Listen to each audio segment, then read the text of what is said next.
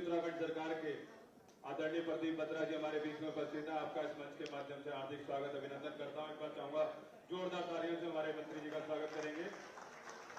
उत्तराखंड सरकार में शहरी विकास मंत्री नैनीताल जिले से ही राम सिंह खेड़ा जी हमारे बीच में उपस्थित है। आपका भी इस मंच के माध्यम से हार्दिक स्वागत अभिनंदन करता हूं और मैं चाहूंगा जोरदार तालियों से आपका स्वागत अभिनंदन करेंगे। मैं चाहूंगा जो पीछे मेरे भाई जो रील बना रहे हैं कृपया करके अपने अपने स्थान पर बैठ जाएं, क्योंकि माननीय मुख्यमंत्री जी यहाँ पर उपस्थित हो चुके हैं।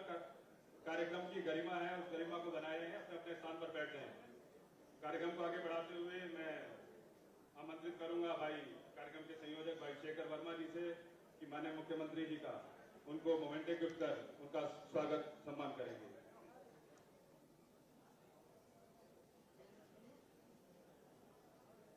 क्योंकि ये कार्यक्रम कुमाऊं क्षेत्र में हो रहा है और गोलजू देवता महाराज जी के मंदिर का स्वरूप बैठकर उनका स्वागत किया जा रहा है।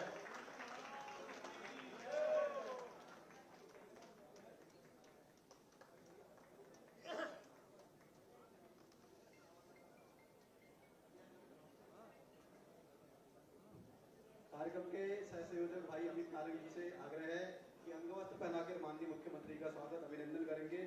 हम सबके मध्य में अपने नैनीताल के विधायक सरिता आर्या जी हम सबके मध्य में उपस्थित हैं। आपसे भी आग्रह की मंच पर आकर अपना स्थान ग्रहण करेंगे दीदी सरिता आर्या जी। एक बार जोरदार तालियों के साथ स्वागत अभिनंदन हमारे इस कार्यक्रम के संयोजक और सह संयोजक के द्वारा आज माननीय मुख्यमंत्री जी का यहाँ पर सम्मान किया जा रहा है। पुनः संचालन के लिए अमित जी। कार्यक्रम को आगे बढ़ाते हुए मैं आमंत्रित करूंगा श्रीमती श्रुति जी और अमित चौधरी जी को कि वह हमारे उधम सिंह नगर और नैनीताल लोकसभा क्षेत्र के लोकप्रिय सांसद आदरणीय अजय भट्ट जी का स्वागत करेंगे। श्रीमती श्रुति जी और अमित चौधरी जी कृपया जल्दी आ जाएं।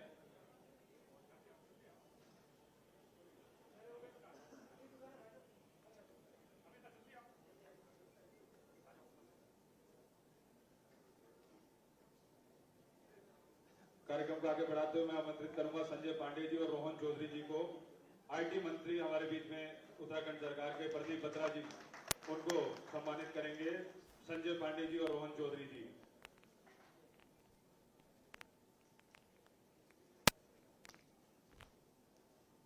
उत्तराखंड सरकार में मंत्री श्री राम सिंह खेड़ा जी उनको सम्मानित करने के लिए मैं आमंत्रित करूंगा भाई जगवीर जी और कुणाल रस्तोगी जी को।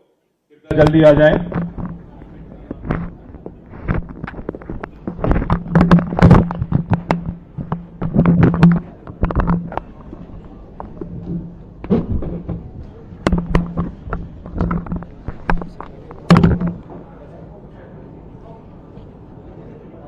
हमारे बीच में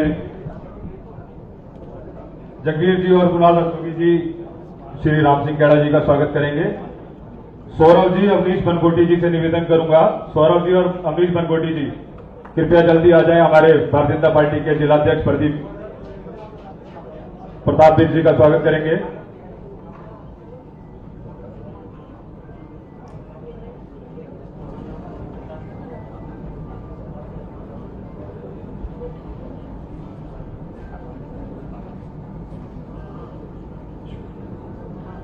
प्रदीप सिंह नेगी जी और कृपाल जी से निवेदन करूंगा कि हम नैनीताल की विधायक श्रीमती सरिता दीदी का उनका स्वागत करेंगे। प्रदीप सिंह नेगी जी और कृपाल जी। पारस नारंग जी और दीपक अरोड़ा जी से निवेदन करूंगा कि शेखर वर्मा जी का स्वागत करेंगे। पारस नारंग और दीपक अरोड़ा जी कृपया चलते हैं।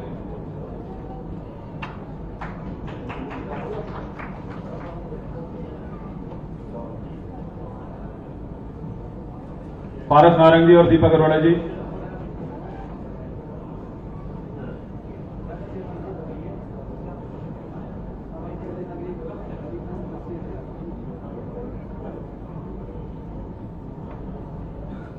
भाई शेखर वर्मा जी का स्वागत करेंगे। स्वागत कृपया जोरदार तालियों के साथ स्वागत करेंगे। स्वागत कार्यक्रम को यहीं पर समाप्त करते हुए आज यह जो कार्यक्रम हो रहा है सोशल मीडिया मंथन विद सीएम धामी, जो कि कुमाऊं क्षेत्र में मैं समझता हूं किसी भी मुख्यमंत्री द्वारा सोशल मीडिया इन्फ्लुएंसर मीट इतनी बड़ी संख्या में यह पहला कार्यक्रम है। पहला कार्यक्रम उन्होंने गढ़वाल रीजन में किया था और माननीय मुख्यमंत्री श्री पुष्कर सिंह धामी जी के नेतृत्व में लगातार उत्तराखंड प्रदेश आगे बढ़ रहा है और सोशल मीडिया का में हम किस प्रकार से अपना प्रभाव छोड़ सकते हैं। सोशल मीडिया इन्फ्लुएंसर किस प्रकार से जो लगातार जिनके लाखों फॉलोअर्स होते हैं, करोड़ों फॉलोअर्स होते हैं और उनका प्रभाव क्रांतिकारी रहता है, पारंपरिक जनसंपर्क को पीछे छोड़ते हुए राजनेताओं और मतदाताओं के बीच की जो दूरी होती है उसको मिटा दिया आज सोशल मीडिया प्लेटफॉर्म ने, जैसे कि एक्स, ट्विटर, फेसबुक, इंस्टाग्राम, जो कि प्रमुख हमारे सोशल मीडिया हैंडल्स हैं, वो भी यहाँ पर उपस्थित हैं, जो कि चुनाव प्रचार में एजेंडा तय करने में हमारा सहयोग करते हैं। अभी माननीय मुख्यमंत्री जी बताएंगे किस प्रकार से हम कार्यक्रम को आगे बढ़ाते हैं। तो मैं अब कार्यक्रम को आगे बढ़ाते हुए आमंत्रित करूंगा भाई शेखर वर्मा जी को उस स्वागत भाषण के लिए कृपया आए और स्वागत भाषण दें।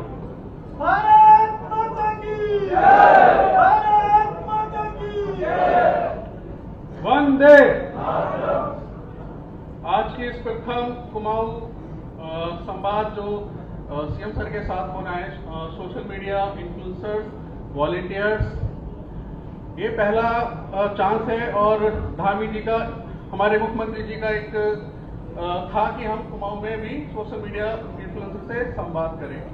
तो इस कार्यक्रम में मैं सबसे प्रथम हमारे प्रदेश के यशस्वी मुख्यमंत्री श्री पुष्कर सिंह धामी जी व हमारे सांसद, मेरे गार्जियन भी रहे हैं वो राजनीतिक आदरणीय अजय भट्ट जी, हमारे डायनेमिक युवा तो कैबिनेट मंत्री आदरणीय प्रदीप बत्रा जी, राम सिंह खेड़ा जी, और इस जिले के जिलाध्यक्ष जी जिनका बहुत सहयोग रहा है इस कार्यक्रम को करने में, मैं उनका स्वागत अभिनंदन करता हूं।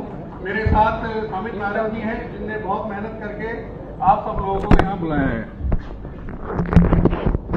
देखिए, ये जो युग है डिजिटल और सोशल मीडिया का युग है और सोशल मीडिया का कार्यकर्ता बहुत ही साइलेंटली काम करता है, कहीं उसको ग्राउंड में नहीं दिखता है, पीछे से सिस्टम में बैठ के अपने फोन में अधिकतर समय वो भारतीय जनता पार्टी के लिए, हमारे माननीय मुख्यमंत्री जी के लिए, उनको धाकर धामी से धुरंधर धामी बनाने वाले ये कार्यकर्ता ही हैं। मैं आप सबका अभिनंदन करता हूं और आपको नमन करता हूं आपके एफर्ट्स के लिए, क्योंकि मैं आपको एक एग्जांपल बताता हूं। मैं प्रदेश से थोड़ा बाहर था, दूसरे प्रदेश में, तो महाराष्ट्र में था। वहां पे किसी ने मुझे बोला आपके सीएम तो बहुत अच्छा काम कर रहे हैं, करीब सारी मजारें, अवैध कब्जा बहुत छुड़ाया है, 10,000 वर्ग मीटर धामी जी ने अवैध कब्जादारियों से छुड़ाया है। तो ये शायद कभी नहीं हो सकता था अगर धामी जी नहीं होते। और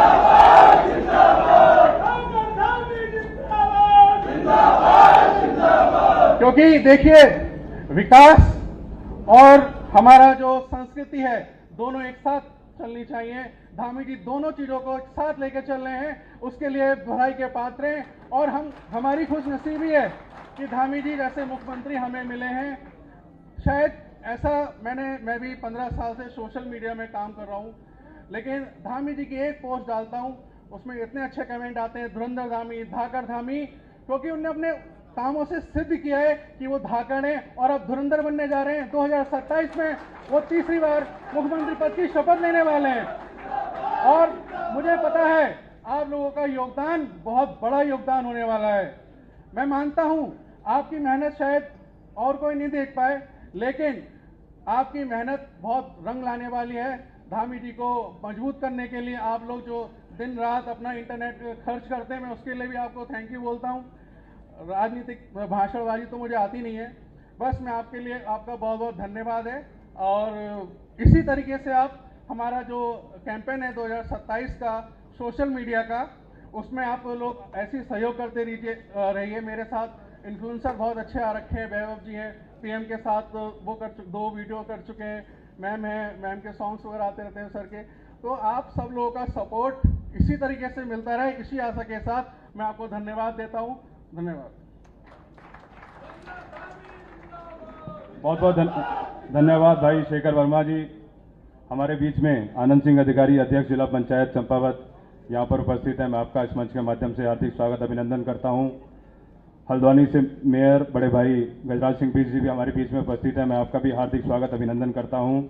अब कार्यक्रम को आगे बढ़ाते हुए मैं एक 2 मिनट का वीडियो है जो कि माननीय मुख्यमंत्री जी के कार्यों का जो कल्याणकारी योजनाएं हैं उसके ऊपर आधारित एक 2 मिनट का वीडियो है। मैं भाई निवेदन करूंगा कि वो वीडियो प्ले करें। 21वीं शताब्दी का एक तीसरा दशक ये उत्तराखंड का दशक है। मेरे शब्द लिख के रखिए।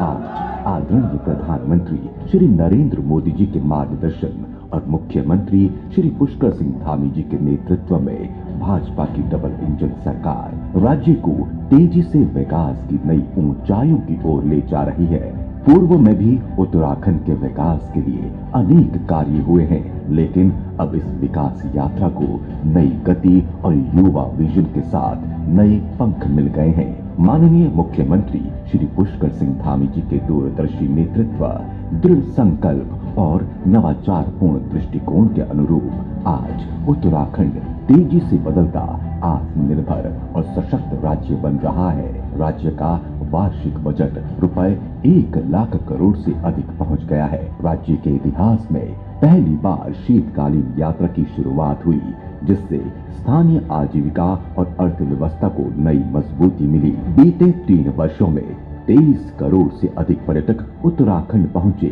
धामी सरकार की प्रतिबद्धता से ही Uttarakhand uniform civil code UC लागू करने वाला देश का प्रथम राज्य बना है।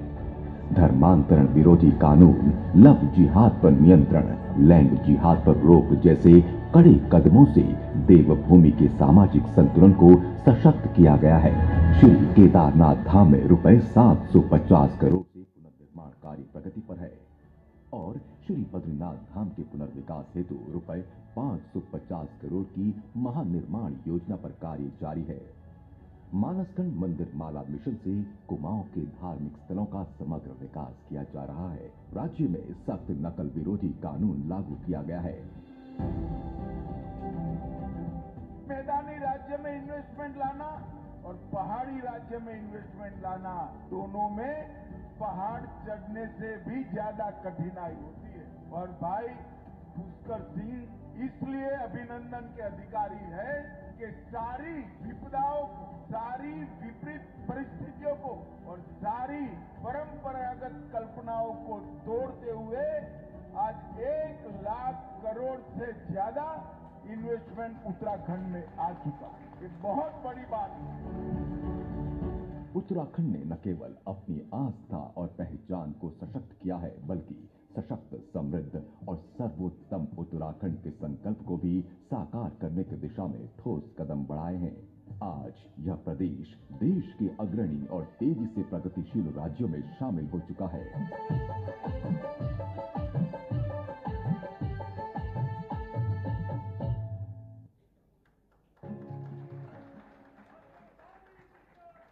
जिंदाबाद जिंदाबाद।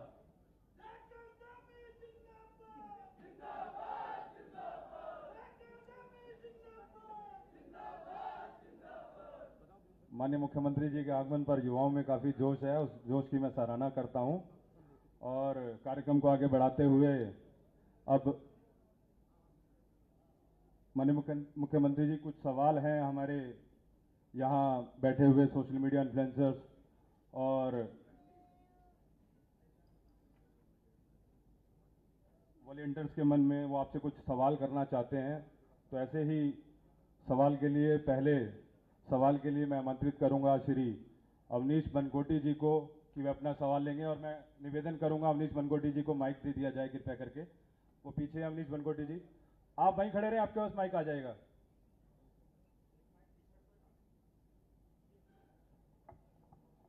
कृपया व्यवस्था बनाए रखें, कोई भी अपने स्थान से हिले नहीं।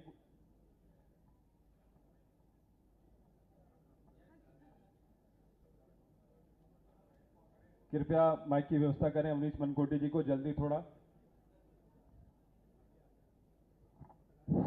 माननीय मुख्यमंत्री जी नमस्कार। जनपद पिथौरागढ़ से हम लोग आए हैं। सर, आपने लगातार यहाँ पे उत्तराखंड में लैंड जिहाद, लव जिहाद पे लगातार कार्रवाई की है और पूरे देश में यहाँ पे हमारे लैंड जिहाद और लव जिहाद पे लगातार ये मॉडल आपका पूरे देश में अपनाया जा रहा है। मैं बीच में असम और बंगाल चुनावों में भी ये मुद्दा बहुत ज़्यादा जोर शोरों से चला था।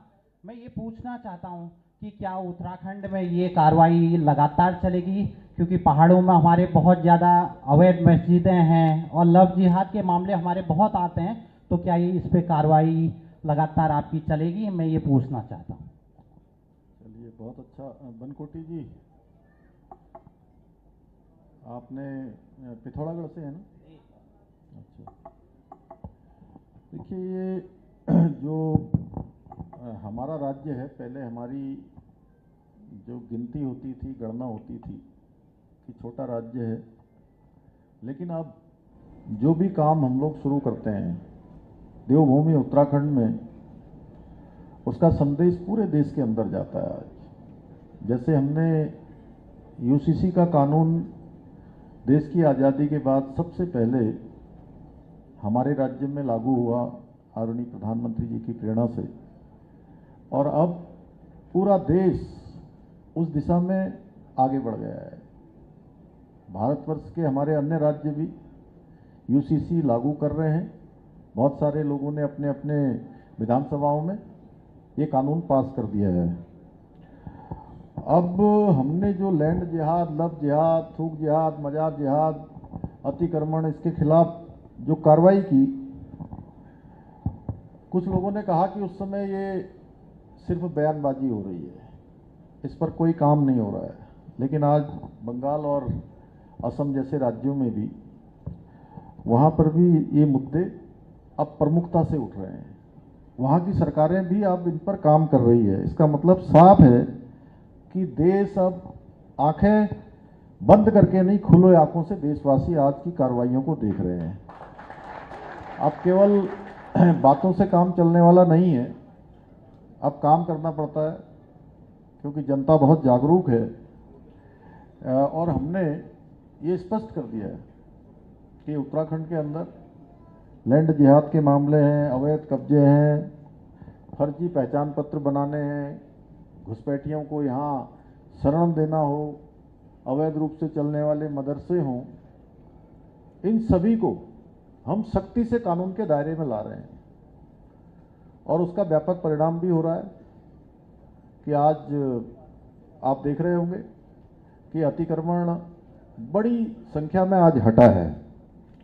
और आगे की कार्रवाई का सवाल है, तो मैं साफ कहना चाहता हूं कि ये देश संविधान के आधार पर चलता है, विधि व्यवस्था से चलता है, इसके नियम कानून है।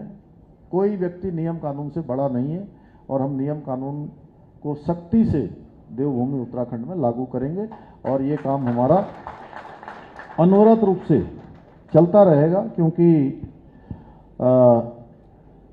हम उत्तराखंड के अंदर, देखिए आज जो काम कर रहे हैं हम, ये काम केवल आज भर के लिए नहीं है। ये आने वाले 25 साल, 50 साल, हमारे छोटे छोटे बच्चे जो अभी पैदा हो रहे हैं, यहाँ पर देखिए वैदेही भी आई है छोटी सी,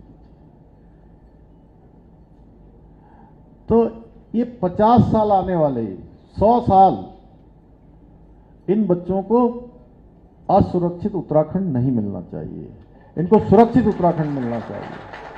ये हम सबकी जिम्मेदारी है।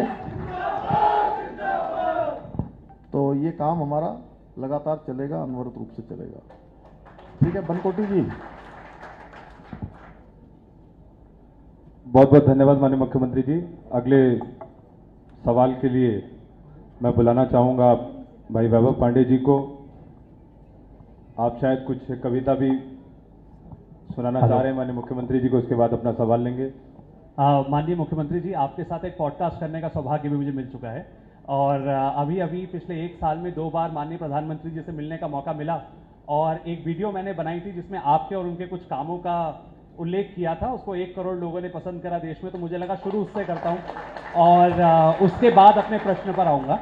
युवाओं से जुड़ा प्रश्न है मेरा, क्योंकि मैं उसी ऑडियंस को केटर करता हूं। तो पहले तो मैं आपसे कहना चाहूँगा, पड़ोस में कभी नेपाल तो कभी बांग्लादेश जलता है, लेकिन मेरे भारत में विकास का काम चलता है। उत्तराखंड में डेमोग्राफी चेंज, लव जिहाद पर धाकड़ धामी का प्रहार चलता है। यूसीसी से समानता का अधिकार मिलता है तो सख्त नकल विरोधी कानून से युवाओं का आत्मविश्वास बढ़ता है। मातृशक्ति और युवाओं के सपनों का उत्तराखंड आपकी हम सबकी मेहनत से ही तो बनता है। मेरे देश में लगातार विकास का काम चलता है।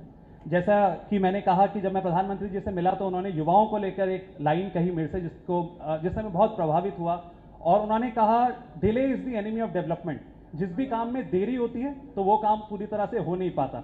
तो मेरा बस सवाल यह है कि युवाओं को लेकर ऐसे क्या प्लान्स हैं, और जब ये कॉकरोच इस तरह की मूवमेंट्स होती हैं जो अक्सर फॉरेन फंडेड होती हैं, तो हम अपने युवाओं को कैसे मुख्य धारा से जोड़े रहें और उत्तराखंड के युवा कैसे आश्वस्त रहें कि अगले 5 सालों में भी धामी सरकार के अंडर युवाओं का विकास होता रहेगा। ये मेरा प्रश्न है। वैसे तो आपका प्रश्न बहुत ही, जो आजकल का जो माहौल है, जो वातावरण है, कुछ लोग जो फैब्रिकेटेड चीज़ें हमारे नौनिहालों को, हमारे कर्णधारों को, हमारे बच्चों को गलत दिशा में जो डालना चाहते हैं, उनको ये समझना चाहिए कि पूरा देश हमारा जो है ये एक ऐसा देश है जिसको केवल उत्तराखंड को ही नहीं, पूरे देश को हम देवभूमि कह सकते हैं। जिस प्रकार से हमारे पूरब से लेकर पश्चिम, अटक से लेकर कटक तक, कश्मीर से लेकर कन्याकुमारी तक जिस प्रकार के हमारे देव स्थान हैं,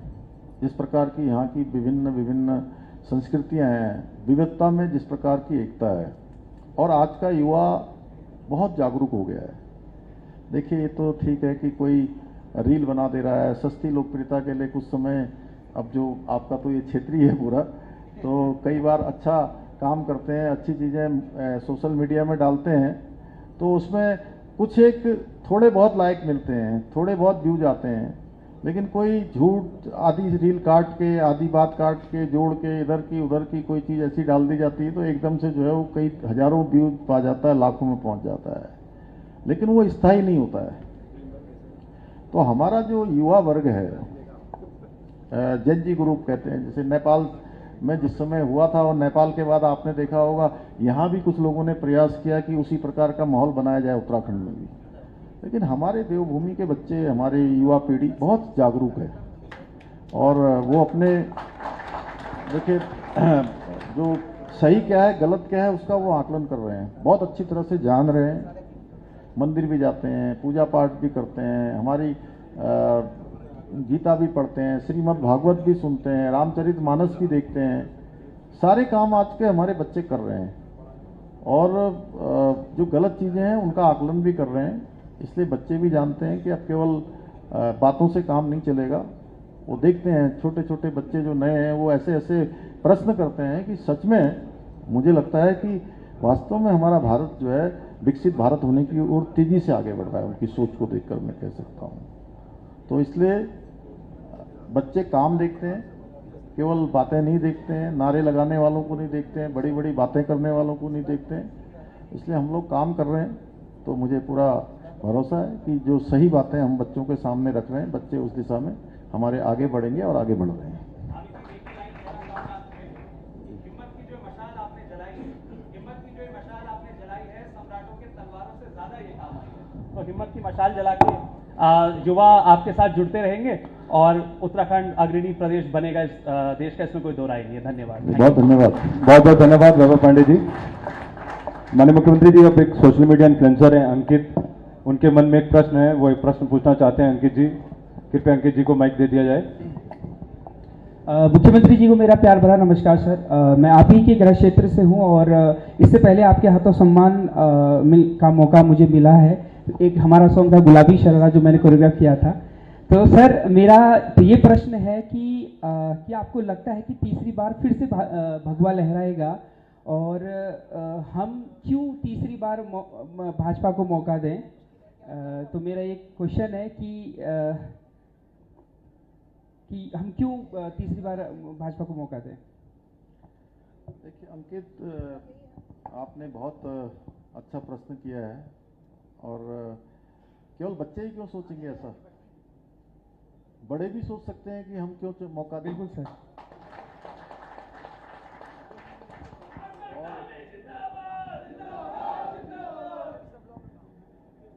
उत्तराखंड की जनता बहुत जागरूक है।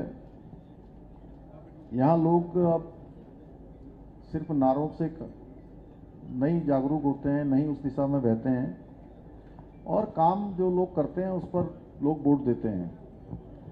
और 2027 का चुनाव जब भी होगा, मुझे पूरा भरोसा है, पूरा विश्वास है उत्तराखंड की जनता का विश्वास के नाम पर, और निर्णायक नेतृत्व के आधार पर फैसला करेगी। और जहां तक भाजपा की बात है, आज उत्तराखंड में लोग सिर्फ सरकार नहीं देख रहे हैं, बल्कि एक स्पष्ट विजन देख रहे हैं हमारे प्रधानमंत्री जी के नेतृत्व में। जिस प्रकार से 2014 के बाद उत्तराखंड में जो विकास चारों तरफ हुआ है, चाहे हम ऑल वेदर रोडों की बात करें, चाहे आप यहीं हल्द्वानी में आप देखेंगे तो सड़कें कितनी चौड़ी हो गई। बिल्कुल, यहाँ से हमको दिल्ली जाना हो, यहाँ से हमको देहरादून जाना हो, पहले लोग सोचते थे कि यहाँ से दिल्ली, अरे सवेरे पहले कई दिनों का प्लान बनाते थे कि कैसे जाएंगे, कितने घंटे लगेंगे, कहाँ कहाँ रुकेंगे, गजरौला में खाना खाएंगे या कहीं चाय पिएंगे।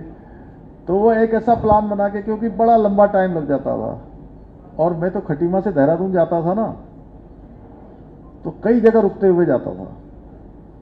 रोड इतनी खराब थी कि 12 घंटे 14 घंटे लग जाते थे। और कितनी बार तो ऐसा होता था कि जैसे ही वहां पहुंचे, कोई घटना हुई, उसी समय रात चल के फिर वापस आना होता था। अब तो दिल्ली जाने के लिए कोई सोचता भी नहीं है। हल्द्वानी से 4-5 घंटे में दिल्ली पहुंच जा रहे हैं। 4 में, और देहरादून से तो अब 2.5 घंटे में ही पहुंच जा रहे हैं।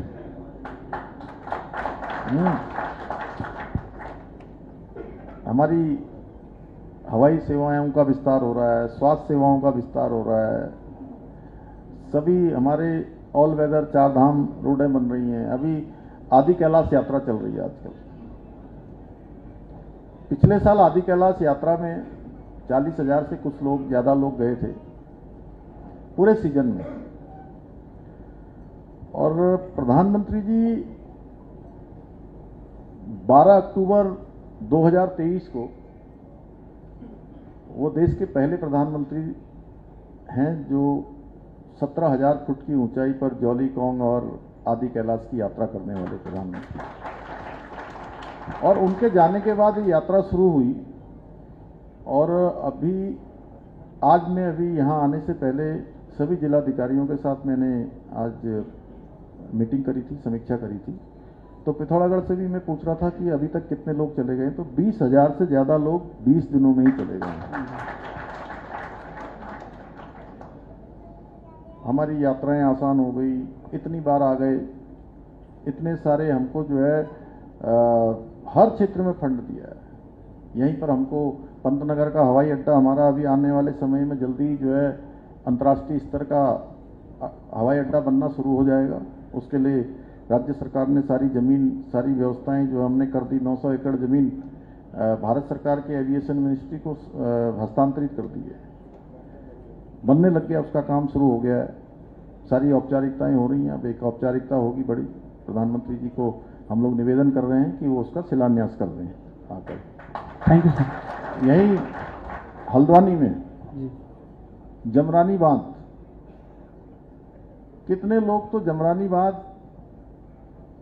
के लिए संघर्ष करते करते अब हमारे बीच में नहीं रहे। लगभग 6 दशक से भी ज्यादा समय से ये राम सिंह कैड़ा जी वहाँ के विधायक हैं, इनके क्षेत्र में ही बन रहा है। आज देखिए अगले 3 सालों में हमारा जमरानी बांध भी बनकर तैयार हो जाएगा। हल्द्वानी और हल्द्वानी के आसपास यहाँ पर स्मार्ट इंडस्ट्रियल सिटी बन रही है। कहाँ पर?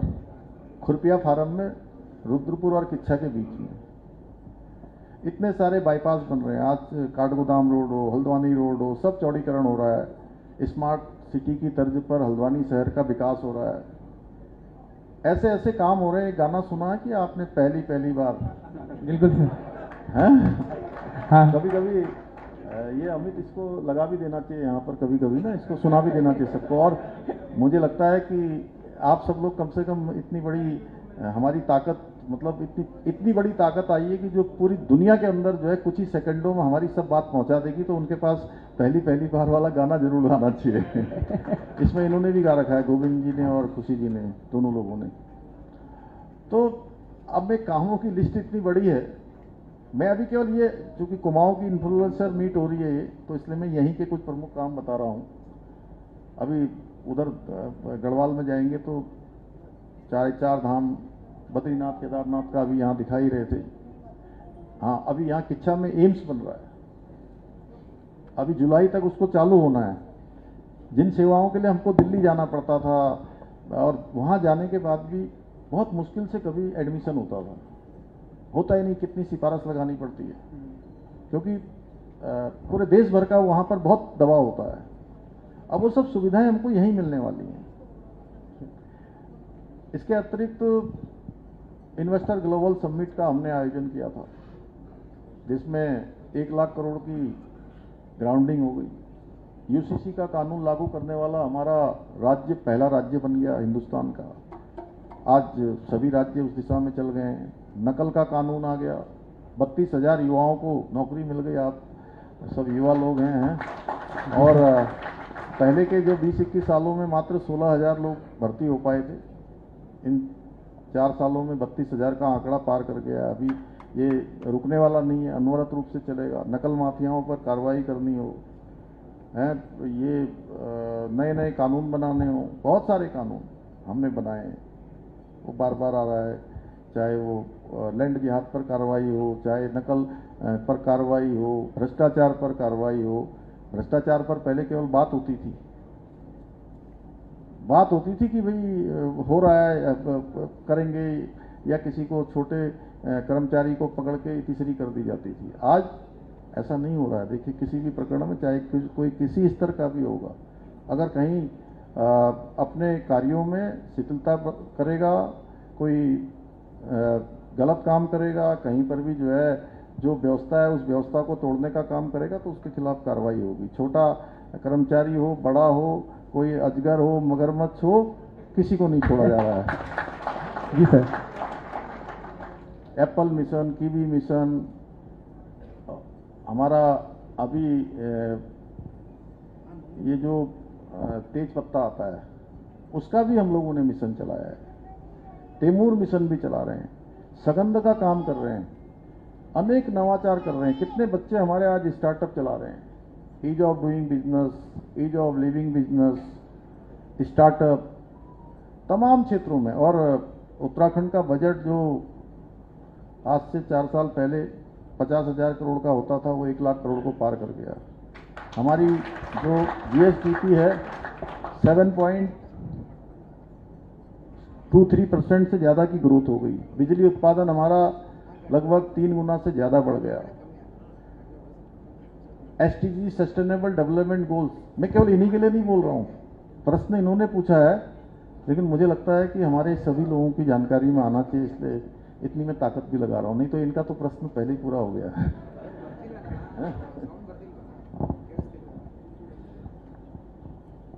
2200 हल्द्वानी के लिए 2200 करोड़ रुपया यहाँ पर स्मार्ट सिटी के लिए दिया है। रानी बाग एचएमटी की फैक्ट्री की जमीन हमको मिल गई, उसमें भी हम लोग कोई बड़ा अच्छा काम करेंगे। ऐसे अनेक काम हैं। पहली बार राष्ट्रीय खेलों का आयोजन हुआ, पहली बार G20 हुआ। G20 का आयोजन यहीं रामनगर में हुआ। स्पोर्ट्स यूनिवर्सिटी हमारी यहीं गोलापार में बनने जा रही है, राज्य की पहली स्पोर्ट्स यूनिवर्सिटी। पहला हमारा स्पोर्ट्स कॉलेज, महिला स्पोर्ट्स कॉलेज, यही हमारा चंपावत में बनने जा रहा है, लोहाघाट में बनने जा रहा है। तो ऐसे कितने काम है, मैं अगर इसको बोलते रहूंगा तो मुझे लगता है काफ़ी लंबा हो जाएगा। आज भारतीय जनता पार्टी की जब लोग बात करते हैं तो मैं कहता हूं कि भाजपा इसलिए मजबूत है क्योंकि हमने युवाओं का भी कभी इस्तेमाल हमने नहीं किया है, कि कभी उनको गलत दिशा नहीं दी है। जो भी बात बोली है साफ सुथरी बात बोली है। जो हो सकता है हम वो युवाओं को बोलते हैं। थोड़ी देर के लिए ये कच्ची पक्की बातें लोगों को अच्छी लगती हैं, लेकिन लंबे समय के बाद वो बातें जब उसकी सच्चाई सामने आती है तो काफ़ी खराब होता है। इसलिए हमने उनको पॉलिसी के सेंटर में रखा है, हर पॉलिसी के। और तीसरी बार भगवा लहराने की बात है, तो उत्तराखंड में अब माहौल ऐसा है कि विपक्ष अभी से झूठे नैरेटिव खड़े करने की सोच रहा है, और तब तक युवा रील में सरकार के काम गिनाना शुरू कर देते हैं। कितने काम हैं, आप लोग भी इसके वाहक हैं। तमाम चीज़ें आगे बढ़ रही हैं।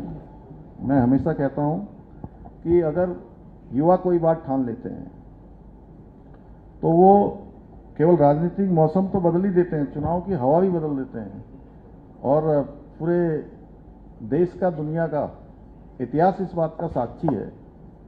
चाहे महाभारत हो, चाहे रामायण हो, जब भगवान राम ने लंका पर विजय प्राप्त करी थी तब वो युवा थे। भगवान कृष्ण ने जब महाभारत करवाई थी तो वो भी युवा थे। दुनिया का कोई भी तख्ता पलट हुआ हो वो सब युवाओं ने किया है। इसलिए उत्तराखंड के युवा बिल्कुल जो है अब वो सिर्फ कैमरे के लिए एक्टिंग वालों को नहीं पसंद कर रहे हैं, वो देख रहे हैं कि धरातल पर कौन काम कर रहा है। और हमने धरातल पर काम किया है, एक एक पल और एक एक क्षण राज्य के लिए लगाया है। माननीय प्रधानमंत्री जी के नेतृत्व में आज उत्तराखंड के अंदर अनेक कार्य चल रहे हैं। 2 लाख करोड़ से भी ज्यादा की योजनाएं चल रही हैं। और प्रधानमंत्री जी 2014 में बनने के बाद 30 बार उत्तराखंड आ गए हैं। पहले 2004 से लेकर 2014 तक 10 सालों में कितनी बार आए थे प्रधानमंत्री जी? 1, 2 बार, 3 बार आ गए होंगे 10 सालों में। हमारे प्रधानमंत्री मोदी जी 30 से अधिक बार आ गए हैं, और 18 बार तो जब से मैं इस जिम्मेदारी में हूं तभी आ गए हैं। तो इतना लगाव है, और उत्तराखंड की जनता के दिल में मोदी जी के लिए बहुत बड़ा स्थान है। मोदी जी बसते हैं और वो भी उत्तराखंड को जितना मानते हैं। इसलिए उत्तराखंड की जनता सारे चुनाव, कोई चुनाव हुए देखिए, अभी पहले तो जीत ही रहे थे। 2021 में 4 जुलाई से मैंने ये काम करना प्रारंभ किया। उसके बाद विधानसभा का चुनाव हुआ, भाजपा जीती। उसके बाद उपचुनाव हुए, बागेश्वर में भाजपा जीती। हरिद्वार में कभी पंचायतों के चुनाव नहीं जीतते थे। ब्लॉक प्रमुख, ग्राम प्रधान, जिला पंचायत, सारे चुनाव भाजपा जीती। लोकसभा का चुनाव भाई साहब जो है 19 में भी जीते, और 24 में कितने वोटों से भाई? वोटिंग कम हुई लेकिन परसेंटेज बहुत अच्छा था। फिर 5 सीटें जीते। उसके बाद केदारनाथ का उपचुनाव हुआ, वहां भी हम जीते। नगर पालिकाओं के चुनाव हुए, नगर निगम के चुनाव हुए।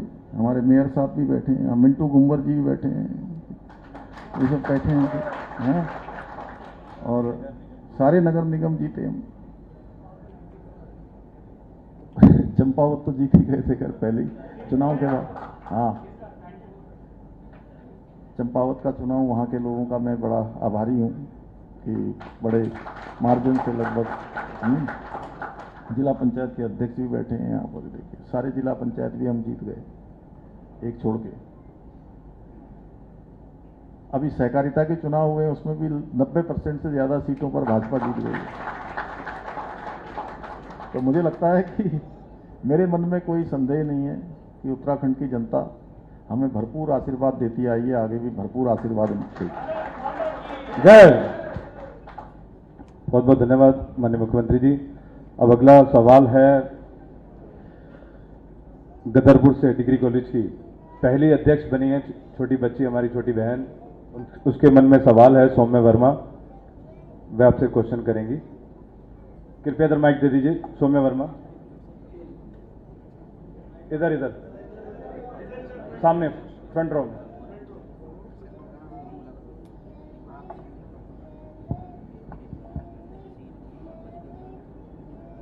माननीय मुख्यमंत्री जी, मंचासीन अतिथिगण, आप सभी को मेरा सादर प्रणाम। माननीय मुख्यमंत्री जी, आज एक बात देश भर में कही जाती है कि प्रधानमंत्री श्री नरेंद्र मोदी जी के नेतृत्व में भारत विश्व पटल पर मजबूती से उभरा है और आपके नेतृत्व में उत्तराखंड राष्ट्रीय स्तर पर नई पहचान बना रहा है। ऐसे में आपके पास उत्तराखंड को देश का नंबर 1 राज्य बनाने का क्या रोड मैप है? बहुत अच्छा। एक तो हम लोग विकसित भारत प्रधानमंत्री जी बनाने जा रहे हैं, उनका संकल्प है। उस संकल्प को पूरा करने में उत्तराखंड भी अपना योगदान हर स्तर से देगा, क्योंकि विकसित भारत तभी बनेगा जब देश का हर राज्य विकसित राज्य होगा, हर शहर विकसित होगा, हर गांव विकसित होगा। उसमें गदरपुर भी है।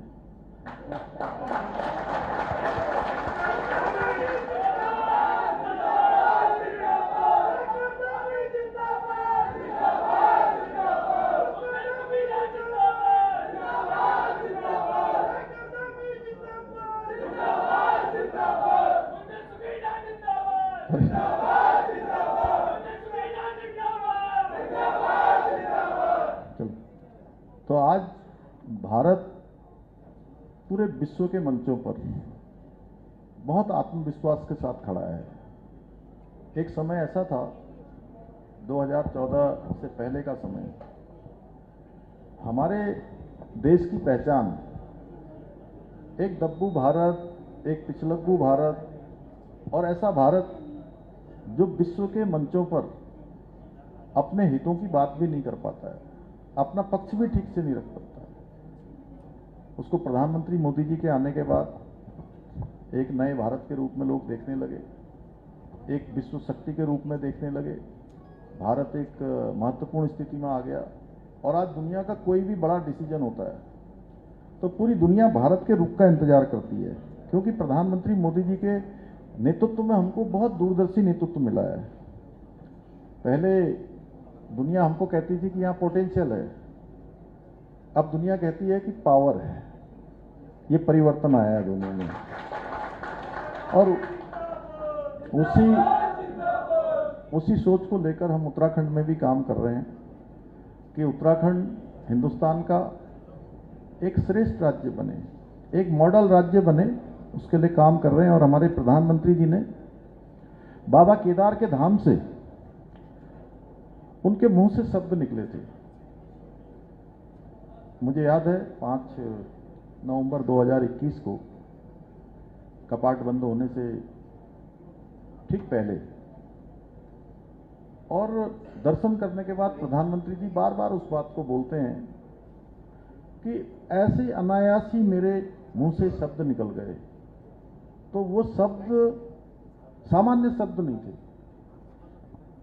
वो शब्द शिव के धाम में निकले थे, बाबा के धाम में निकले थे। इसलिए वो शिव रूपी शब्द थे कि 21वीं सदी का तीसरा दशक उत्तराखंड का दशक होगा। तो हम आज भले ही भारतवर्ष के बहुत बड़े राज्यों में हम नहीं हैं, लेकिन हमारी सोच बड़ी है, सोच हमारी छोटी नहीं है। और हमें ऐसा राज्य बनाना चाहते हैं जहाँ युवा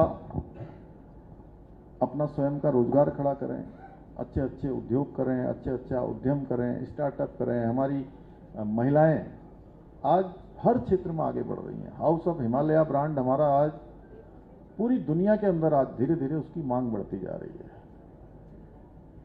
और महिला सशक्तिकरण और महिलाओं को, क्योंकि मैं जब काम करते हुए देखता हूं, उनके परिश्रम को देखता हूं, उनकी चुनौती को देखता हूं।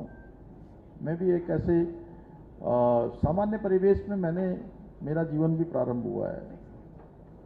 मेरी माँ को देखा है कभी? तो उसी प्रकार मेरी माँ है, इसलिए नहीं कह रहा हूँ, मेरी माँ जैसी सभी माएँ हैं जो पहाड़ में, उनको घास काटना पड़ता है, उनको घर की गाय भैंस पालना पड़ता है, बच्चों के लिए खाना बनाना पड़ता है, घर का काम भी करती हैं, बाहर का भी करती हैं, घास भी काटती हैं, खेत भी देखती हैं, बच्चों को भी देखती हैं। लेकिन उसके बावजूद भी आज महिला सशक्तिकरण के क्षेत्र में हमारे राज्य की महिलाएं शानदार काम कर रही हैं और कम संसाधनों में, सीमित संसाधनों में अनेक चुनौतियों के बावजूद ऐसे ऐसे प्रोडक्ट बना रही हैं, इतने अच्छे अच्छे काम कर रही हैं, चाहे सिलाई के हों, बुनाई के हों, कुछ खाने के हों, खिलौने हों, तमाम प्रकार के जो भी उत्पाद बनते हैं, अचार हों, कि उनकी मांग आज जिस प्रकार से बढ़ रही है, जिस प्रकार से 2,65,000 हमारी बहनें लखपति दीदी बन गई हैं और हमारे इन बहनों को रोजगार भी मिल रहा है, दूसरों की आजीविका भी चला रही है। हम चाहते हैं भाई यहाँ पलायन भी ना हो, तो उनके लिए हम लगातार अपनी योजनाओं को भी फोकस कर रहे हैं। हमने इन सब योजनाओं में लगभग 16,000 करोड़ से ज़्यादा की धनराशि इस बजट में इस बार हमने पहली प्राथमिकता के आधार पर रखा है। और महिलाएं आत्मनिर्भर बने, पर्यटन पूरे साल भर चले। हमने शीतकालीन यात्रा शुरू करी, आपको पता होगा, पहले यात्रा केवल 6 महीने चलती थी, अब पूरे वर्ष भर चल रही है। हमारा रोड मैप बिल्कुल स्पष्ट है कि इंफ्रास्ट्रक्चर, इन्वेस्टमेंट, इनोवेशन और ये सारे हमारे पिलर्स हैं।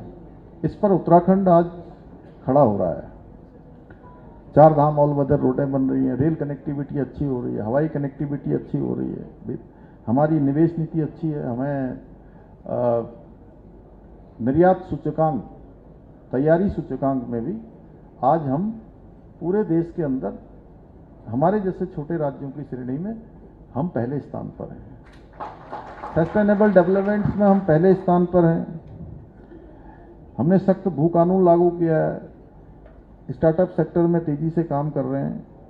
इसलिए एक बात मैं हमेशा कहता हूं कि उत्तराखंड को नंबर 1 केवल सरकार नहीं बनाएगी, केवल सरकार नहीं बना सकती है। इसके लिए हमें टीम उत्तराखंड की भावना जरूरी है। हम सबको काम करना होगा और हमारे युवा निश्चित रूप से इस दिशा में बहुत बड़ा योगदान उनका होने वाला है। और अब सच बताऊं तो वो अब जो समय था पहले का, उस समय में बहुत परिवर्तन आ गया है। समय बहुत बदल चुका है। पहले लोग करते थे कि पहाड़ में क्या रखा है, क्या होगा वहां, एक सोच थी, इसीलिए इतना पलायन हुआ यहां से। आज लोग पूछ रहे हैं कि उत्तराखंड में इन्वेस्टमेंट का नेक्स्ट अपॉर्चुनिटी क्या होगी, कि अब क्या नेक्स्ट अपॉर्चुनिटी है। यही बदलाव हमारी सबसे बड़ी ताकत है और इसी के आधार पर जो है हमारा राज्य आगे बढ़ेगा। ठीक है, थैंक यू। बहुत बहुत धन्यवाद सौम्या जी। अगले प्रश्न के लिए मैं आमंत्रित करूंगा आयुषी नागर जी को, वे अपना प्रश्न लेंगे।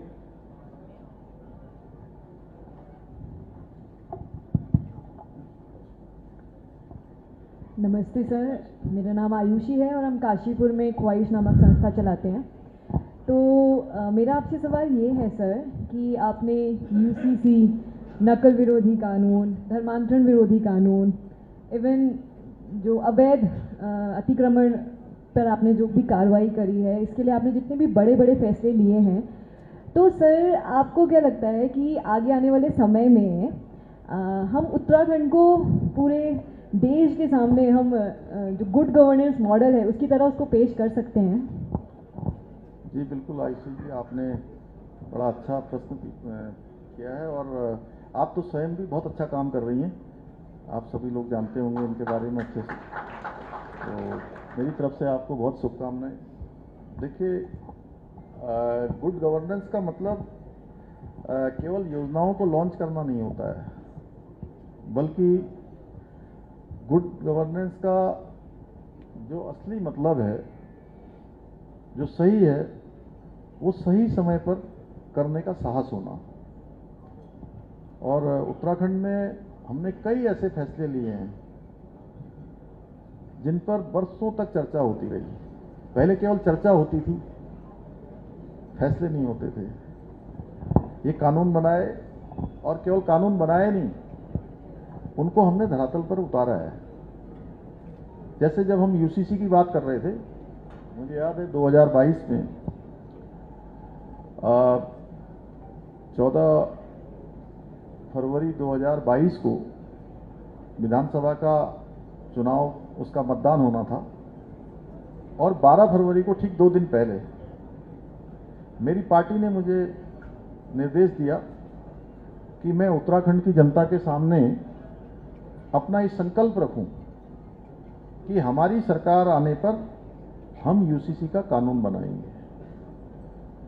तो लोगों को भरोसा नहीं था उस समय बहुत, लेकिन उत्तराखंड की जनता ने हमारे पर पूरा भरोसा किया और हमको मौका दिया, और एक मिथक तोड़ा। एक परिपाटी यहाँ थी कि हर बार चुनाव होता है और चुनाव में सरकार बदल जाती है। 5 साल एक पार्टी की सरकार, 5 साल दूसरी पार्टी की सरकार।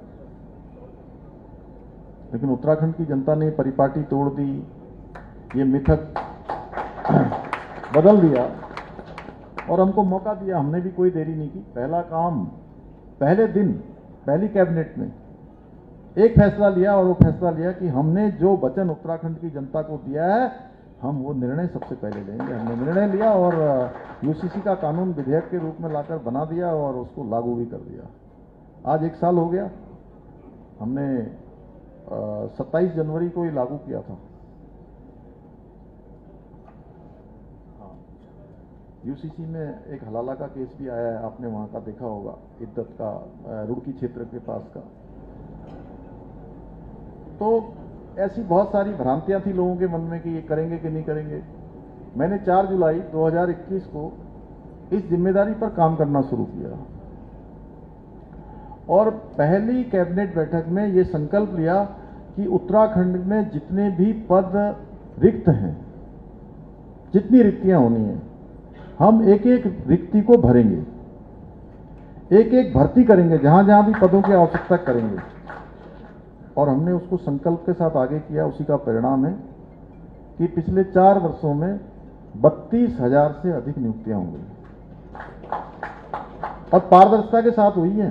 पहले के समय में अच्छे बच्चे, हमारे बेटे बेटियां, भाई बहन बहुत पढ़ते थे, मेहनत करते थे। उनके माता पिता गरीब होकर भी अपने खाना कम कर देते थे, पहनना कम कर देते थे, अपने दैनिक जीवन की बहुत सारी जरूरतों को कम कर देते थे, लेकिन अपने बच्चों को पढ़ाते थे।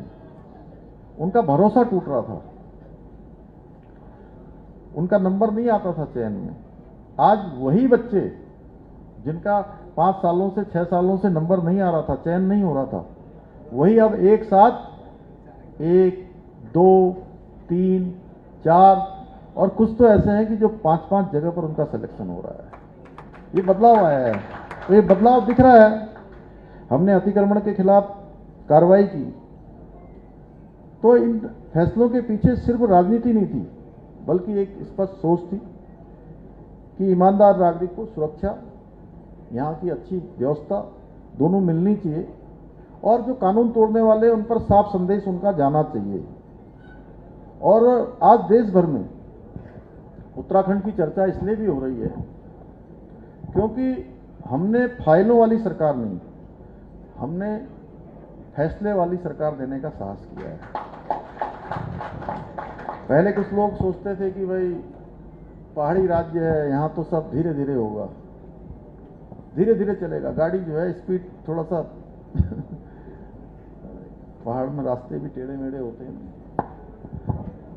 तो लेकिन अब हालात ऐसे हैं कि कई बड़े राज्य भी हमारे यहाँ पर जो हमने फैसले लिए, और आदरणीय प्रधानमंत्री जी ने 9 नवंबर को अपने भाषण में कहा था, अपने भाषण में उत्तराखंड के लोगों को संबोधित करते हुए कहा था कि आज उत्तराखंड जो फैसले ले रहा है वो देश के अन्य राज्यों के लिए भी उदाहरण बन रहे हैं, यानी कि देश के अन्य राज्य भी उस दिशा में चल रहे हैं। और उत्तराखंड में हमारी कोशिश यही रही है कि जनता को प्रेस कॉन्फ्रेंस नहीं, अब उनको परफॉर्मेंस दिखाई देनी चाहिए। और बाकी कुछ लोग आज भी सिर्फ ट्वीट में सरकार चलाते हैं, जबकि उत्तराखंड में जनता ग्राउंड रिपोर्ट देखकर फैसला करती है। और लोग देख रहे हैं कि हम लोग किस प्रकार से काम कर रहे हैं। धन्यवाद। Thank you. बहुत बहुत धन्यवाद माननीय मुख्यमंत्री जी।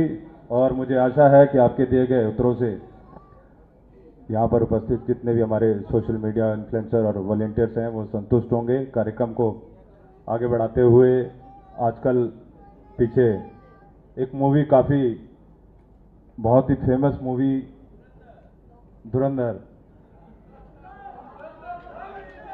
धुरंधर मूवी और माननीय राजनाथ सिंह जी की रैली में धाकड़ से धुरंधर धामी की जो एक पहचान बनी है उसके ऊपर हमारे बीच में उपस्थित गोविंद दिगारी जी वो आज धुरंधर धामी एक गाना लॉन्च करेंगे माननीय मुख्यमंत्री जी इस कार्यक्रम के बीच में। मैं आमंत्रित करूंगा गोविंद दिगारी जी को कि धुरंधर धामी जो आपका गाना है, आपके द्वारा गाया गया गाना है, उसको 2 मिनट के समय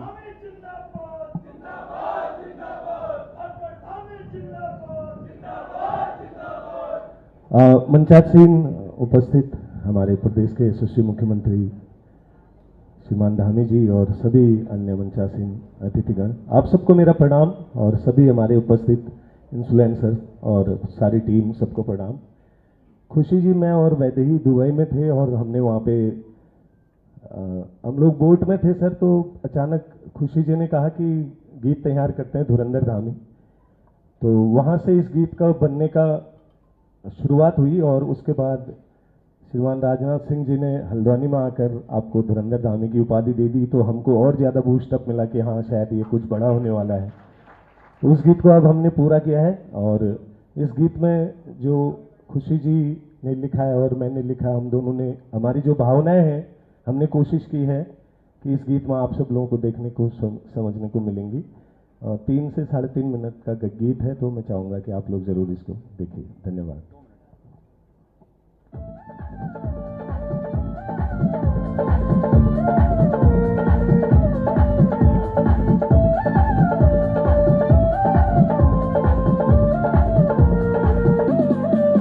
जिसकी हुंकार से भ्रष्टाचारी डरे, जिसने जनता के हित में लिए फैसले, देशभक्ति का रग में लहू है बहे, जिसने कितने विरोधी के ताने सहे, फिर भी रुकता नहीं, फिर भी झुकता नहीं, ऐसा नेता है वो स्वाभिमानी। वो है धामी, धुरंधर धामी, धुरंधर धामी, वो है धामी, धुरंधर धामी, मिस्टर धामी, धामी, धुरंधर धामी, धामी, धामी।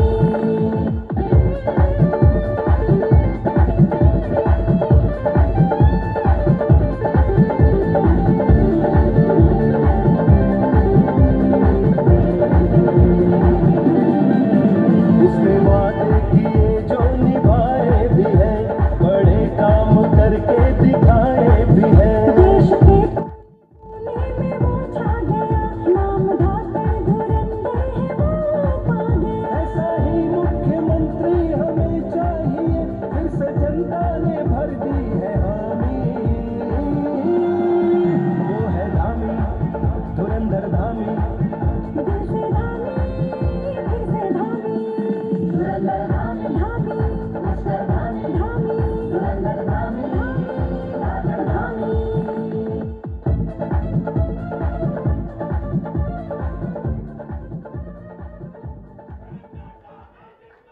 धुरंधर धामी जिंदाबाद, धुरंधर धामी जिंदाबाद।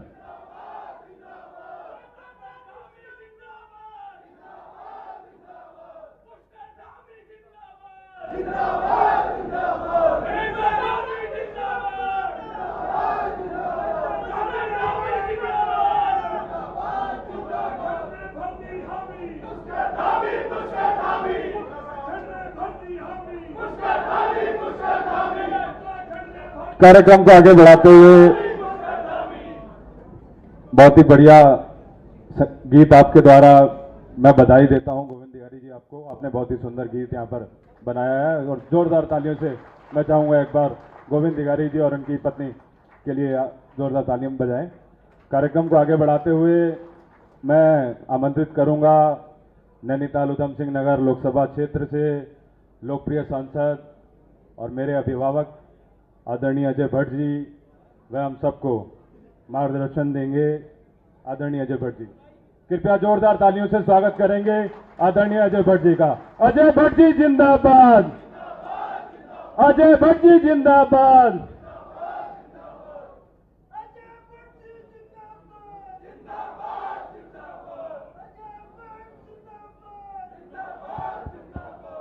भारत माता की,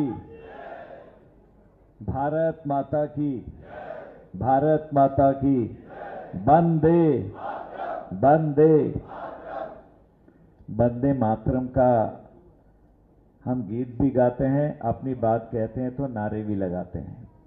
तो वंदे मातरम का नमूना क्या है? आपने धुरंधर धामी देख लिया अभी, ये है वंदे मातरम। हम अपनी भारत माता की किस तरह से सेवा कर रहे हैं आपने देखा। हमारे बहुत ही यशस्वी मुख्यमंत्री, आप सब उनको जानते हैं। और यही नहीं, राजनाथ सिंह जी जब गृह मंत्री थे, मैं उस समय प्रदेश का अध्यक्ष और नेता प्रतिपक्ष था, खटीमा में उनको बुलाया था। तो मैंने उस दिन कहा था ये सितारा है, ये चमकेगा, अभी आपको अंदाज नहीं ये कहां जाएगा, और आज सितारा चमक रहा है। अभी एक धर्म पर जो किताब लिखी थी, क्या नाम है किताब का, कोई बता सकता है? धर्म रक्षक धामी। और वो यही नहीं, विश्व में ट्रॉल हुई है बहुत बड़ी संख्या में। यही नहीं, आप लोग सारे लोग प्रभावित करने वाले लोग हैं जो आज आए हैं। मैं हिंदी में बता रहा हूं, आपका शब्द जो आप प्रयोग कर रहे हैं, प्रभावित करने वाले, प्रभाव डालने वाले। पहले मैं अपने मंच को नाम ले लूं सबका। यहां से इस साइड से हमारे यहाँ के अध्यक्ष जी हैं, आप जानते हैं, बहुत कर्मठ हैं। बगल में कैड़ा जी अभी नए मंत्री बने हैं हमारे। बगल में फिर उधर मंत्री हमारे, आप रुड़की से विधायक हैं और अभी मंत्री बने हैं। हमारी दीदी, आप जानते हो, बगल में बैठी हैं, नैनीताल की विधायक शेखर वर्मा और नारंग जी, बहुत अच्छा संचालन कर रहे हैं। और आज इनकी ताकत भी मैंने देखी, मुझे लग रहा था कि ये खाली गफअप मारते हैं, लेकिन बधाई आपको, सारी टीम ने अच्छा काम किया है। जितनी टीम के युवा हमारे जुड़े हुए हैं, हमारे मेयर साहब हैं, सारी टीम है, दोनों महामंत्रीगण हैं। अब नाम क्या लेना है, चेयरमैन साहबान से लेकर दायित्वधारी सभी बैठे हैं, जिला पंचायत के अध्यक्ष जी, खुशी बहन हमारी, इधर से सारे युवा मोर्चा और बहनें। एक से एक धुरंधर आप में भी है। धुरंधर धामी ऐसे ही नहीं निकले हैं, आप ही की तरह जीवन था, आप ही की तरह रहे और नेक कार्यों पर लगे रहे। और कार्य होते होते होते धाकड़ धामी और धुरंधर धामी, मैं दोनों चीजों का मैं साक्ष्य हूं, गवाह हूं। मेरे सामने और आपके सामने राजनाथ जी ने कहा, और धाकड़ धामी कहाँ कहा, चंद्रशेखर गढ़वाली जी के जन्म दिवस पर, पुण्यतिथि पर, मैं उस समय यहाँ का MOS डिफेंस था, राजनाथ सिंह जी के साथ ही गया था। तो उस दिन पहली बार जब राजनाथ जी ने कहा, और वो ऐसा गया धाकड़ धामी, बहुत ज्यादा वायरल होते रहा, वायरल होते रहा, और आज धुरंधर धामी में बदल के यहाँ आपने देखा, आपके सामने उपस्थित है। और मैं ये खुशी बहन जी और इनके हस्बैंड को, जोड़े को भी मान गया हूँ। ऐसा गाया, लग रहा था जैसे फिल्म में ही गा रहे होंगे, वैसे फिल्मी वाले हैं, बहुत अच्छा लगा। मित्रों, अभी बोलेंगे माननीय मुख्यमंत्री जी, मैं अधिक नहीं बोलना चाहता हूं। इन्फ्लुएंसर यानी प्रभावित करने वाले, आप बहुत बड़ी ताकत हैं। हमारी पार्टी के कुछ लोग होंगे, पार्टी से बाहर के भी होंगे, इतर भी होंगे। आपकी बहुत बड़ी ताकत है, आपको अंदाजा नहीं। किसी के व्यूवर्स होंगे 1 करोड़, 2 करोड़, 50 लाख, ऐसे आप लोग हैं। किसी को अगर आप ऊपर ले जाना चाहें तो 1 मिनट में, नीचे लाना चाहें तो 1 मिनट में। पर आप सत्य के प्रेमी हैं, जो सही काम कर रहा है उसकी बातों को आप आगे ले जाते रहते हैं। देखिए पहले से क्या था कि गांव में कम लोगों को पता होगा, आपको पता होगा कि संसाधन नहीं होते थे, तो गांव में बैठकें होती थी, जैसे जिनको चौपाल भी कहते हैं, चौपाल लगाते थे, उसमें बातें करते थे। जो बातें होती, अच्छाई बुराई, नीति निर्धारण करना, कैसे आगे बढ़ेंगे, कैसे कानून क्या हो रहा। उस समय अंग्रेजों का जमाना था, कैसे खिलाफत करें, कैसे बचाव करें जो हमारा शोषण होता था। फिर उसके बाद पेपर होता था, अखबारों तक आए हम।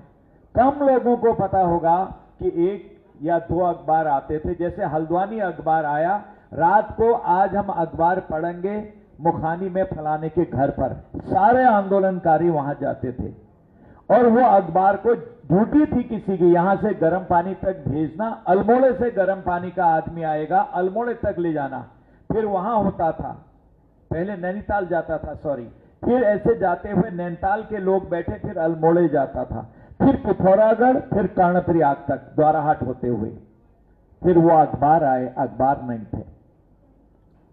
और आज हमारे टेलीफोन के पर्दे ने पूरी दुनिया में तहलका मचा दिया है, और आपके ब्रेन ने, आपकी क्रिएटिविटी ने, सकारात्मक जो रचनात्मक सोच है आपका, आप साधारण नहीं है मित्रों। जैसे आप में से पता नहीं कल को कौन बन जाए। अरे धामी जी, लखनऊ यूनिवर्सिटी में हमको याद है जब हम थे तो यूनिवर्सिटी के लड़के थे, वहां पर नेतागिरी बल्कि जितने उत्तराखंड में है उससे ज्यादा तो उत्तर प्रदेश में इनके सारे जानने वाले हैं। एक से एक हर शहर में आज धामी धामी हो रही है, तो ऐसी बात थोड़ी। और भारत भर में सब जानते हैं क्योंकि विद्यार्थी परिषद में रहे हैं। इसी तरह से आगे बढ़े, धीरे धीरे रचनात्मक कार्यों में नहीं गए, गलत कार्यों में नहीं गए, जब भी किया कुछ न कुछ क्रिएटिविटी करी है, तो तब यहां तक पहुंचे हैं। और इसलिए मैं कह रहा हूं, आप कोई कम नहीं है, जितने भी यहां पर आप प्रभावित करने वाले लोग हैं। आप कुछ भी कह देंगे, अगर अच्छा है 100% आगे जाएगा। आज मोदी जी कितने प्रभावित हो रहे हैं, आप देखिए कितने उनके व्यूवर्स हैं, आप लोग बातें उठाते हैं। भाई आखिर आप भारत के हिस्से हैं, देश के हिस्से हैं, उत्तराखंड के हिस्से हैं। यहां पर आप अगर बात आप नहीं उठाएंगे तो कौन उठाएगा। कैसी स्थिति पहले थी जब मैं पहला यहां का स्वास्थ्य मंत्री बना था, 10 डिपार्टमेंट या 8 डिपार्टमेंट मेरे पास थे, और क्या बजट था, कर्जा भी था, सारी चीजें थी, लेकिन बजट कितना था, नहीं के बराबर। लगता था हे भगवान कैसे चलाएंगे इस राज्य को। और धीरे धीरे धीरे धीरे ग्रो किया, और इस बीच तो 5-6 सालों में जब से धामी जी आए, कमाल ही हो गया। अभी अभी मैं देख रहा था दिल्ली में कि कितना 1 लाख करोड़ का बजट डाल दिया, 1 लाख करोड़, कम भी नहीं। ये बातें ऐसी ही तो बाहर आती हैं, कितने अच्छे अच्छे काम हो रहे हैं। यूसीसी, नकल कानून, ये सारी चीजें, जिहाद, फूटने वाला, फलाने वाला जिहाद, ये वाला जिहाद, अनावश्यक जमीनों पर कब्जे, कितने कब्जे कम करा दिए हैं। इसमें कोई बुरा न माने, मैंने कब्जा किया है तो मेरा भी हटना चाहिए, इसने कब्जा किया है तो इसका भी हटना चाहिए, उसने कब्जा किया है तो उसका भी हटना चाहिए। जाति, धर्म, वर्ग, क्षेत्र सबसे ऊंचा करके जो अनावश्यक दादागिरी दिखा रहे हैं, अनावश्यक चीजें घेर रहे हैं, आपकी हमारी इसकी उसकी सार्वजनिक जमीनें हैं, खाली कराने की हिम्मत अगर किसी ने रखी, वो धुरंधर धामी, धाकर धामी ने रखी। ये एक इतिहास बन गया है। हर क्षेत्र में युवाओं की चाहत है। आप आज देख रहे हैं युवक किस तरह से धामी जी को लाइक करते हैं। इसलिए आप कहीं भी कोई चीज उठाएंगे, वो चीज नीचे आने वाली नहीं है। इसलिए आप समाज को बदलने वाले हैं, आप समाज को दिशा देने वाले हैं। जो गलत कर रहा है उसको प्यार से समझाने वाले हैं। कोई ऐसी चीज डाल देंगे कि वो कभी कभी आत्मलोचन करेगा, मेरे बारे में ऐसी बात आ रही है, कैसे करना चाहिए। जैसे एक शालदे बिखोती का मेला होता है द्वाराहाट में, अगर किसी ने कोई गलत काम किया है तो उसके खिलाफ गीत चल जाता है। वो गाली नहीं बकते हैं, वो कुछ ऐसा वैसा कहते नहीं, ऐसा गीत गाएंगे कि शर्मिंदगी से अगली बार समाज में कोई दूसरा आदमी सिर नहीं उठा पाएगा। जैसे खुशी बहन गाती हैं गीत ना, वैसे ही गीत गाएंगे और प्यार में गाएंगे, फिर उसमें नाचेंगे झोड़ों में। क्या गीत चल रहा है? फलाना गीत चल रहा हो, इलियस कर देने, इस तरह की बात करते हैं फिर, ताकि दोबारा से आदमी देखते बाप रे सालदी बुकोट में कोई गीत नहीं चल जो मेरे बारे में किया गिला। तो उस तरह से आप समाज के मार्गदर्शक हैं, सही बात को लाने वाले हैं, तस्वीर खींचने वाले हैं, सही बात को आप लास्ट व्यक्ति तक, 0 पॉइंट तक ले जाने वाले हैं। और आपकी रीच बहुत है आजकल, आपको देखते बहुत है आजकल। आज आपने देखा कि मोदी जी ने तो भारत की तस्वीर ही बदल दी है। कितने विकास कार्य हैं, बोलने का उचित अवसर नहीं है, समय भी कम है, आपको देहरादून पहुंचना है। और धामी जी ने अगर देखा जाए तो अपने नेतृत्व में उत्तराखंड की तस्वीर बदल दी है पूरी टीम ने। नेतृत्व ही तो चाहिए। नेतृत्व कौन है? धामी हमारे नेता हैं आज। और हम सब कार्यकर्ता से लेकर, प्रभावित करने से लेकर, अरे किसी जाति, किसी धर्म के हों, कोई भी हो, किसी पार्टी के हों, मोदी जी किसके काम लिए काम कर रहे हैं? पूरे देश के लिए। देश में कांग्रेस है, भाजपा है, सपा है, बसपा है, आपकी साउथ की पार्टियां हैं, एडीएमके है, डीएमके है। और यहां पर भी धामी जी किसके लिए? अपने लिए तो काम कर नहीं रहे। कोई एक्ट पास किया, किसके लिए किया? उत्तराखंड की बेहतरी के लिए, यहां के युवाओं के लिए, यहां की माताओं बहनों के लिए, जन जन के लिए किया। इसलिए यह विचार करना बहुत आवश्यक है। आज जो काम कर रहे हैं जाति धर्म वर्ग से उठकर, ऐसे काम धामी जी यहां कर रहे हैं। इसलिए तो इतने पॉपुलर हैं पूरे देश में। कहीं चले जाए हमारी भी छाती फूलती है कि हमारा मुख्यमंत्री इतने अच्छे काम कर रहे हैं। इसलिए मैं आपको विशेष बधाई देता हूं कि आपने इतना अच्छा कार्यक्रम यहां किया। और ये टीम पूरी जिसने भी ऑर्गेनाइज किया, शेखर और आपको तो मैं जानता हूं, आपकी और टीम है, उसमें काफी टीम लगी हुई है। और बहुत अच्छा कार्यक्रम, बहुत अच्छे लोग, और एक से एक विद्वान। मैं पांडे को सुन रहा था आपको कि पॉडकास्ट करने पे कितनी अच्छी बात आपने पूछी।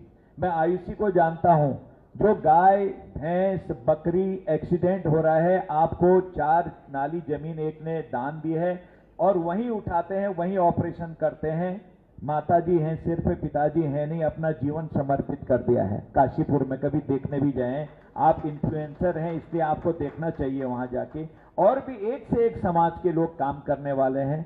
बस मेरा भी निवेदन एक आपसे है कि इतना अच्छा काम धामी जी कर रहे हैं और इतना अच्छा काम मोदी जी कर रहे हैं। हमारी शान है आप दोनों, आप केंद्र में, आप हमारे प्रदेश में। हमारी तीसरी बार सरकार रिपीट होगी तो और आगे हम ऊपर चलेंगे, क्योंकि नेतृत्व हमारा धवल है, बिल्कुल धवल नेतृत्व है। लोग कहते रहेंगे, कुछ तो लोग कहेंगे, लोगों का काम है कहना। छोड़ो बेकार की बातों में, आगे को जो भी है, कहां लगते हो बेकार की बातों में, कहां जाते हो? इसलिए उठाओ मित्रों, आगे उठाओ।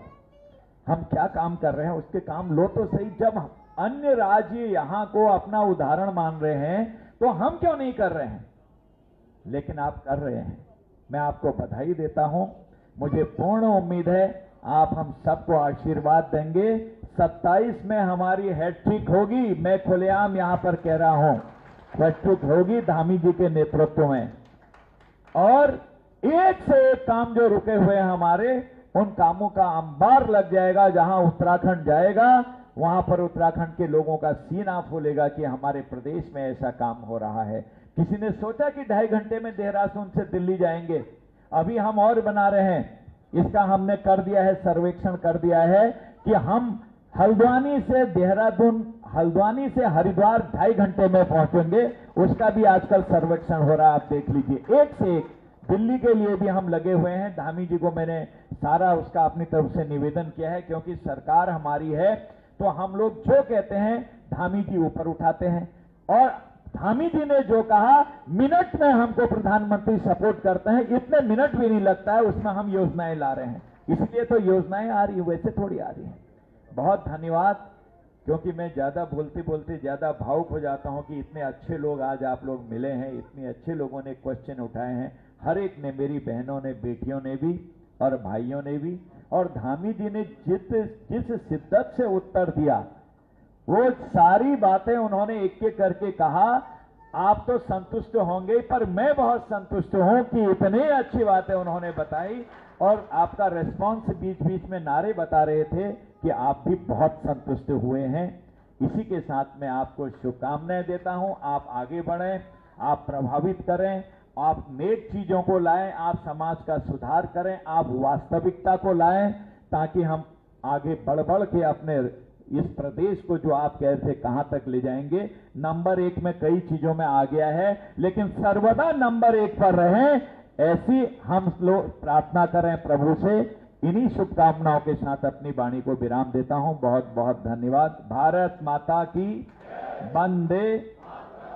मैं माननीय सांसद जी का धन्यवाद अदा करना चाहता हूं कि आपने इतना यशस्वी जो उद्बोधन दिया, आपने हम लोगों का मार्गदर्शन किया, मैं उसके लिए आपका आभार प्रकट करता हूं। इसी बीच मैं हमारे वरिष्ठ भुवन जोशी जी, जो हमारे पूर्व सोशल मीडिया के संयोजक रहे हैं, और योगेश शर्मा जी से निवेदन करूंगा वो मंच में आएंगे और अमित नारायण जी का मोमेंटो देकर स्वागत करेंगे।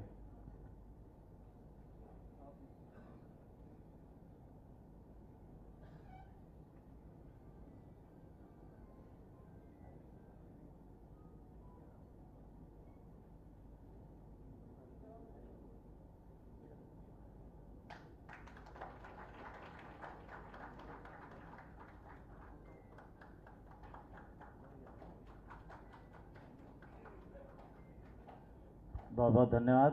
अब मैं अमित नारायण जी से कहूँगा कि संचालन करेंगे। बहुत बहुत धन्यवाद। भुवन भाई के नेतृत्व में काम करने का मौका भी मिला, और आज उनके हाथों सम्मानित होने का तो मेरे को गर्व का क्षण महसूस हो रहा है। कार्यक्रम को आगे बढ़ाते हुए अब मैं आमंत्रित करूंगा युवाओं के हृदय सम्राट, जन जन के नेता, उत्तराखंड सरकार के मुख्यमंत्री आदरणीय पुष्कर सिंह धामी जी से आएंगे। जोरदार तालियों की गड़गड़ाहट के बीच में अपने आशीर्वचनों से हमको संबोधित करेंगे आदरणीय श्री पुष्कर सिंह धामी जी। मैं चाहूंगा जोरदार तालियों से उनका स्वागत करेंगे। जिंदाबाद जिंदाबाद, धुरंधर धामी जिंदाबाद, धुरंधर धामी जिंदाबाद, धाकर धामी जिंदाबाद।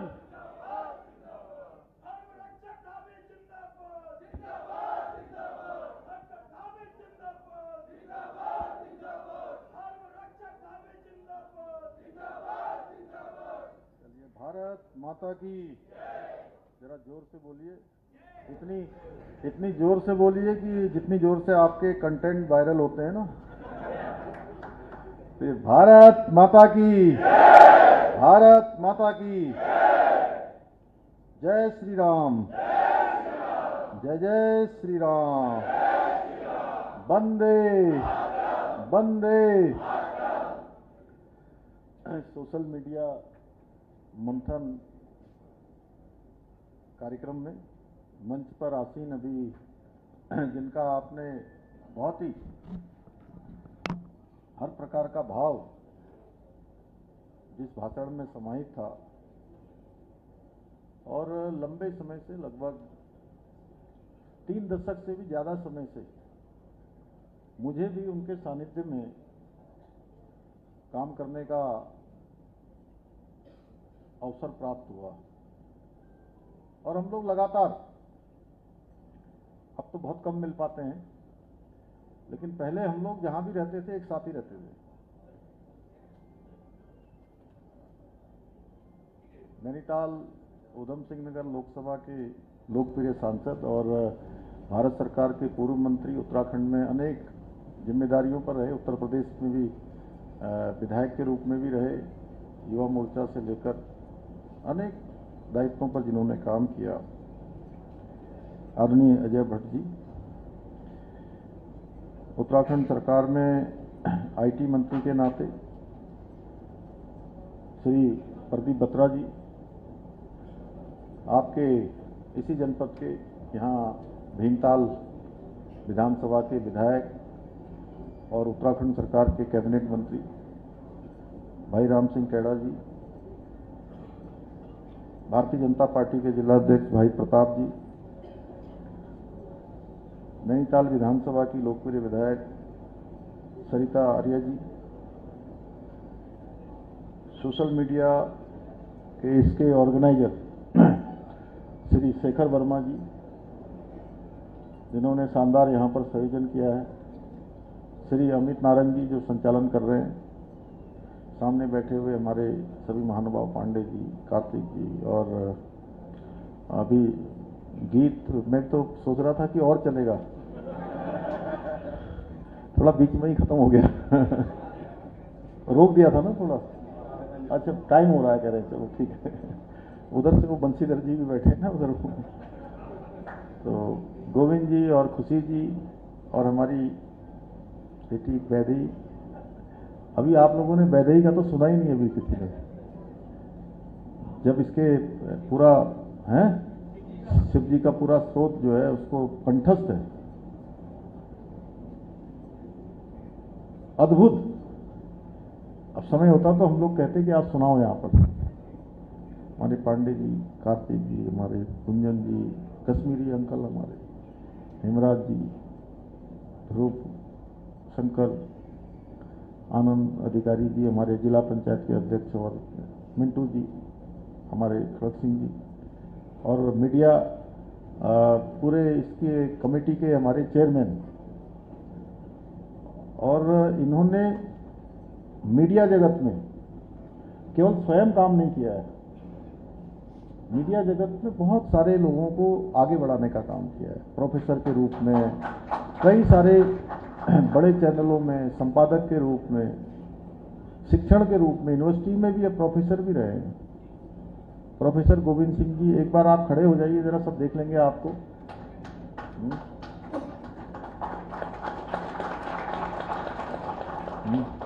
हमारे हल्द्वानी के महापौर भाई गजराज सिंह बिष्ट जी, उनके बगल में ही बैठे हैं, और श्री भुवन जोशी जी, इन्होंने भी सोशल मीडिया में बड़ा काम किया है पहले से, मुझे कल भी मिले थे देहरादून में, और हमारे बरगली जी,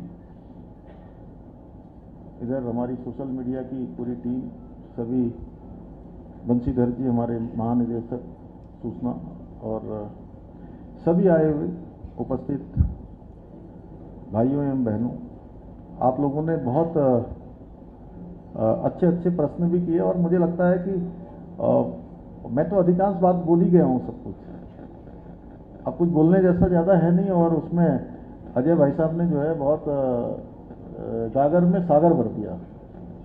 मैं सबसे पहले तो आप सभी का आज इतनी बड़ी संख्या में आए हैं, और आप लोगों ने जो ये विशिष्ट कार्यक्रम है,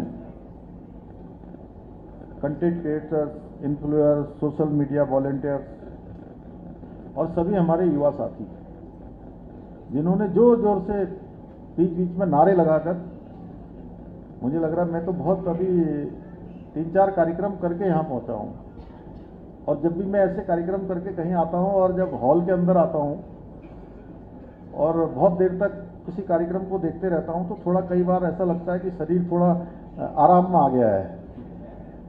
होता है ना ऐसा, गर्मी से आ जाओ अंदर तो, लेकिन यहाँ तो आप लोगों ने बिल्कुल भी ठंड का एहसास ही नहीं होने दिया।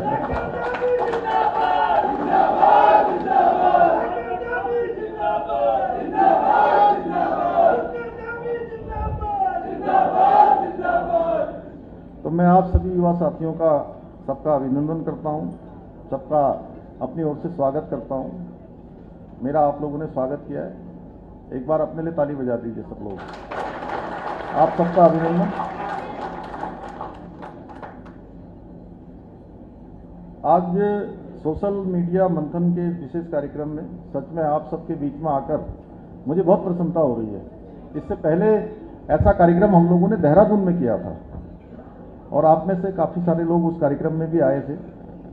एक अच्छी शुरुआत हुई जो आगे बढ़ रही है, क्योंकि ये कार्यक्रम केवल एक औपचारिक कार्यक्रम नहीं है, बल्कि सकारात्मक विचार, राष्ट्रहित और देवभूमि उत्तराखंड के उज्जवल भविष्य को लेकर हम सभी का एक सामूहिक चिंतन है, सामूहिक विमर्श है।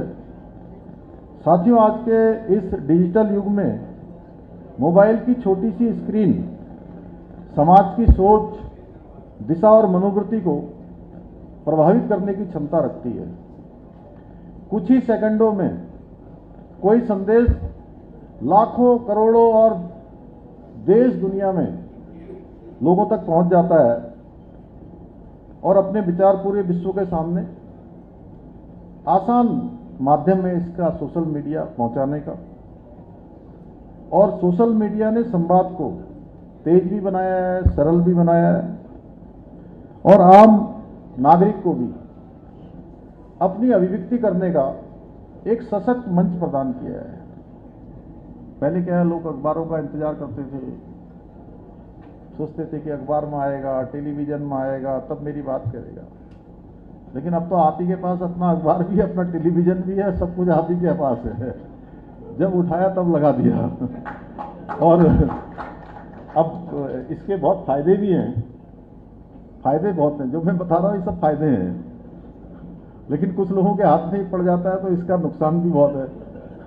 और जिनसे अपेक्षा भी नहीं होती है कि अपनी थोड़ा गरिमा बना के रखें, अपना जो गंभीरता है उसको बना के रखें। कहीं पर भी आए, रोड के किनारे जो है कोई बात आई तो सोशल मीडिया में लाइव आना शुरू हो जाते हैं और बड़े बड़े पदों पर रहते हैं, बड़ी बड़ी जिम्मेदारियों पर है जिनसे हम अपेक्षा भी नहीं कर सकते। मैं आप लोगों की बात नहीं कर रहा हूं। और ये मैं तब देखता हूं, मैं सोचता हूं यार ये तो अभी तो ये यहां थे नहीं, ये कहां से आ रहा होगा। तब मैं देखता हूं रोड के किनारे कहीं टोल टैक्स पर बैठे हैं, वहीं से लाइव कर रहे हैं, कहीं पर किसी खोखे के किनारे बैठे हैं, वहां से लाइव कर रहे हैं। भाई को कुछ गाड़ी रोक के लाइव करना शुरू कर देते हैं। ये उसका दूसरा पहलू है। वैसे कोई ऐसी बात नहीं है, थोड़ा क्या है कि मनोरंजन हल्का भी होना चाहिए थोड़ा। तो इसलिए आज किसी गांव की छोटी सी समस्या से लेकर विश्व की हर घटना, हर सूचना कुछ ही क्षणों में लोगों तक पहुंच जाती है। लेकिन जिस प्रकार हर शक्ति के साथ जिम्मेदारी जुड़ी होती है, सोशल मीडिया के बढ़ते प्रभाव के साथ अनेक चुनौतियां भी सामने आई है। आज कई बार फैक्ट से ज़्यादा फेक ज़्यादा फास्ट चलने लगा है, जो मैं कह रहा था। और यही स्थिति समाज में भ्रम और अविश्वास पैदा करती है, क्योंकि जैसा मैंने शुरुआत में ही बोला था ना, आप पूछ रहे थे, नेगेटिव चीज़ डालो तो तुरंत वायरल हो जाता है, अच्छी चीज़ें आप डालते रहिए। तो सोशल मीडिया में एक्टिव रहने का नहीं है ये समय, बल्कि सजग, जिम्मेदार और तथ्यपरक बने रहने का भी है।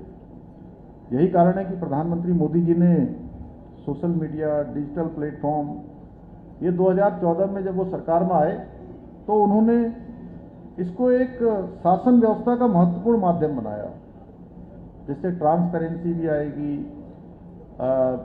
संवाद भी बनेगा और जन भागीदारी, इसको भी एक नई दिशा मिलेगी।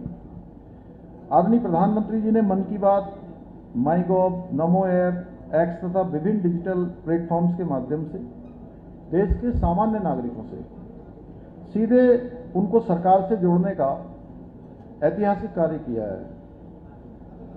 और आज जहां प्रधानमंत्री जी संवाद की राजनीति को प्राथमिकता देते हुए मन के माध्यम से देश को जोड़ने, प्रेरित करने और ऐसे लोगों को जो बेचारे कर्म योगी की तरह कई सालों से कर्म साधना में रत थे, कर्म कर रहे थे, इतने बड़े बड़े काम कर रहे थे, लेकिन उनको कोई पहचान नहीं रहा था, उनका कोई प्रोत्साहन नहीं कर रहा था। प्रधानमंत्री जी ने अपने मन के बात के कार्यक्रम में उनको जब स्थान दिया तो वो देश दुनिया में फेमस हो गए। हमारे यहाँ के भी तो हल्द्वानी के कई लोग, उत्तराखंड के भी कई लोग हैं, देश के कई लोग हैं। जहाँ प्रधानमंत्री जी सकारात्मक काम कर रहे हैं, वहीं दूसरी ओर कुछ लोग मन की भड़ास निकालने की राजनीति में ही उलझे हुए हैं, मन की भड़ास निकालने की राजनीति में उलझे हुए। आदरणीय प्रधानमंत्री जी आज विश्व के सर्वाधिक लोकप्रिय नेता हैं और उनके करोड़ों फॉलोअर्स केवल लोकप्रियता का प्रतीक नहीं है, बल्कि करोड़ों देशवासियों के लिए उनके नेतृत्व के प्रति आस्था है, विश्वास है, एक भरोसा है। और विकसित भारत के संकल्प के प्रति लोगों का उनके प्रति कितना बड़ा समर्थन है, वो इस बात का प्रमाण भी है। साथियों, आज पूरा विश्व भारत को एक नई आशा के रूप में देख रहा है। पूरी दुनिया में कोई बात होती है तो लोग भारत के रुख का इंतजार करते हैं। एक समय था जब भारत को केवल संभावना वाला देश माना जाता था, कहा जाता था, लेकिन आज भारत संभावनाओं से आगे निकलकर उपलब्धियों का पर्याय बन चुका है। आज भारत स्टार्टअप का क्षेत्र, डिजिटल इनोवेशन, स्पेस टेक्नोलॉजी, आधुनिक इंफ्रास्ट्रक्चर और युवा शक्ति के दम पर विश्व मंच पर अपनी सशक्त पहचान बना रहा है। डिजिटल पेमेंट के क्षेत्र में भारत दुनिया को दिशा दे रहा है। जो डिजिटल ट्रांजैक्शन है, अब 50% से अधिक डिजिटल ट्रांजैक्शन दुनिया का कहीं हो रहा है तो वो देश हमारा ही देश है, भारत देश में हो रहा है। आपको याद होगा वो समय जब मोदी जी आए थे और उन्होंने कहा था कि ये डिजिटल ट्रांजैक्शन शुरू करना है, तो कुछ लोग उस समय मजाक उड़ा रहे थे कि क्या ये ऐसी बात की जो हो नहीं सकता है, यहाँ पर इंटरनेट नहीं करता, यहाँ पर लोगों के पास अच्छे मोबाइल नहीं है, इंटरनेट कनेक्टिविटी नहीं है, संचार के अच्छे साधन नहीं है, लोग पढ़े लिखे नहीं हैं, बहुत हमारे यहाँ गरीबी है, कैसे होगा। अब आप देखते होंगे रिक्शे वाला, तांगे वाला है, वो कुम्हार जो हमारे जो है दीपावली में हम लोग जिनके पास जाते हैं, दिए लेने जाते हैं, मैं हर बार जाता हूँ पिछले कई सालों से, और हर बार उनको मैं डिजिटल से ही पेमेंट करता हूँ। तो आज चंद्रमा पर पहुँचना हो, विज्ञान और टेक्नोलॉजी का क्षेत्र, नया इतिहास हर क्षेत्र में आज हमारे देश का बन रहा है। और इन सभी उपलब्धियों के केंद्र में यदि कोई सबसे बड़ी शक्ति है तो साथियों वो भारत की युवा शक्ति है। और भारत को युवा देश इसीलिए कहा जाता है कि हमारे यहाँ पर जो डेमोग्राफी का डिविडेंड है वो बहुत ही अच्छा है। औसतन वो जो दुनिया के प्रमुख देशों में हमारा नाम आता है। आज भारत का युवा स्टार्टअप खड़ा कर रहा है, नवाचार कर रहा है, टेक्नोलॉजी में आगे बढ़ रहा है, कई नई संभावनाएं पैदा कर रहा है और दुनिया को ये बता रहा है कि भारत का भविष्य कितनी तेजी से बदल रहा है। और आज भारत का युवा केवल अपने लिए नहीं सोच रहा है, एक परिवर्तन आया है नए युवाओं में भी। अब देश प्रथम की भावना सबके अंदर जागृत हुई है, इसीलिए वो राष्ट्र निर्माण में अपनी सबकी भूमिका निभा रहा है। और बहुत अच्छी सोच के साथ जो आज तमाम प्रकार की जो जिनको कहते थे कि गलत आदतें हैं, गलत चीजें हैं, आज हमारा युवा उन सब चीजों से दूर जा रहा है। मैं देख रहा हूं कि उनकी सोच बहुत विस्तृत हो रही है। यही कारण है कि पूरी दुनिया भारत की युवा शक्ति को सम्मान, विश्वास और आशा की दृष्टि से देख रही है। उत्तराखंड में भी हमारे यहाँ युवा ऊर्जा है, संस्कृति है, असीम संभावनाओं की भूमि है। और सोशल मीडिया के माध्यम से भी हमारे युवा आज अपनी प्रतिभा, अपनी संस्कृति को विश्व पटल पर नई पहचान दे रहे हैं। हमारी लोक संस्कृति है, हमारे यहाँ के लोक भाषा है, लोक कला है, पहाड़ की संघर्षों की कहानियाँ हैं। वो पहले सीमित दायरों तक रह जाती थी, लेकिन अब कुछ ही क्षणों में पूरी दुनिया तक आज हमारी बात पहुंच रही है। आज हमारे यहाँ के मंदिरों की घंटियां हो, लोक गीतों की मधुरता हो, मातृशक्ति का परिश्रम हो, सीमांत गांवों की प्रेरणादायी जीवन शैली हो। आज आप सभी लोग जो इस सभागार में उपस्थित हैं वो सच में बहुत स्पेशल है। अब आप सोच रहे होंगे कि सोशल मीडिया में तो बहुत लोग काम करते हैं, वो क्यों नहीं स्पेशल है? आप लोग स्पेशल इसलिए हैं कि उन हजारों हजार लोगों में से आप कुछ सैकड़ों लोग आज यहाँ पर हैं, जिनके साथ हम लोगों को संवाद करने का आज जो है सौभाग्य प्राप्त हुआ है। तो इसलिए आप लोग स्पेशल हैं, क्योंकि आप सब सोशल मीडिया वॉरियर्स हमारे राज्य की जो विशेषताएं हैं, जो हमारी लोक संस्कृति है, लोक परंपराएं हैं, यहाँ की संस्कृति है, उसको वैश्विक मंचों पर पहुंचाने का कार्य कर रहे हैं। और आदरणीय प्रधानमंत्री जी की प्रेरणा से डिजिटल उत्तराखंड के निर्माण के लिए भी हम तेजी से काम कर रहे हैं। हमारा प्रयास है टेक्नोलॉजी को बढ़ाना, बल्कि तकनीकी के माध्यम से जनता और शासन के बीच की जो दूरी है उसको कम करना।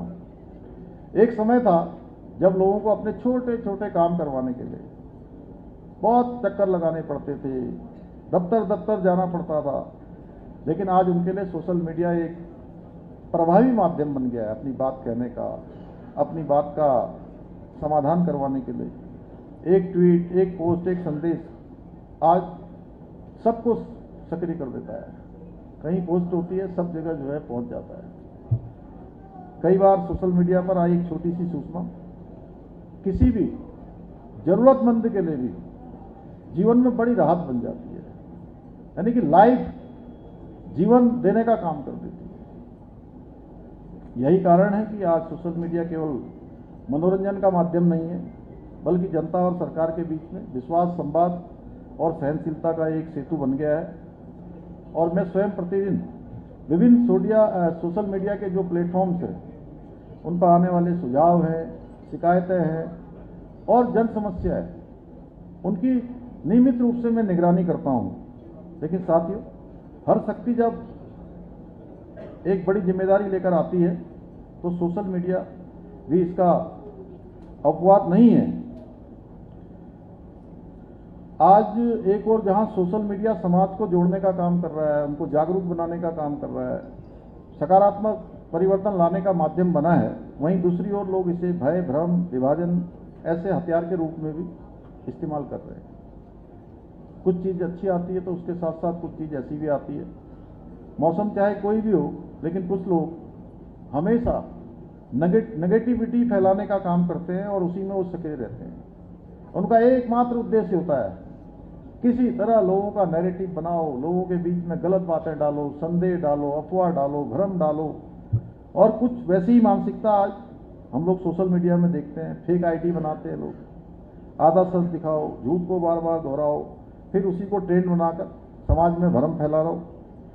ये लोग केवल कभी धर्म के नाम पर फैला देंगे, कभी क्षेत्रवाद के नाम पर समाज को बांटने का प्रयास करते हैं, कभी युवाओं के मन में देश और व्यवस्था के प्रति अविश्वास पैदा करने की कोशिश करते हैं। जबकि अगर मैं वास्तविकता की बात करूं तो वास्तविकता यह है कि आज भारत दुनिया की सबसे तेजी से आगे बढ़ने वाली आर्थिक शक्तियों में शामिल है। तभी तो हम दुनिया की आज चौथे नंबर पर, और चौथे नंबर से कुछ ही सालों में हम तीसरे नंबर की आर्थिक महाशक्ति बनने वाले हैं।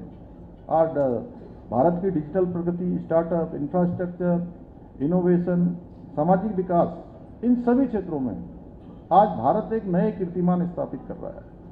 लेकिन कुछ लोगों को भारत की जो विश्व गुरु के रूप में उभरती हुई छवि है वो स्वीकार नहीं कर पा रहे हैं, क्योंकि उन्होंने लंबे समय तक देश के अंदर शासन किया है।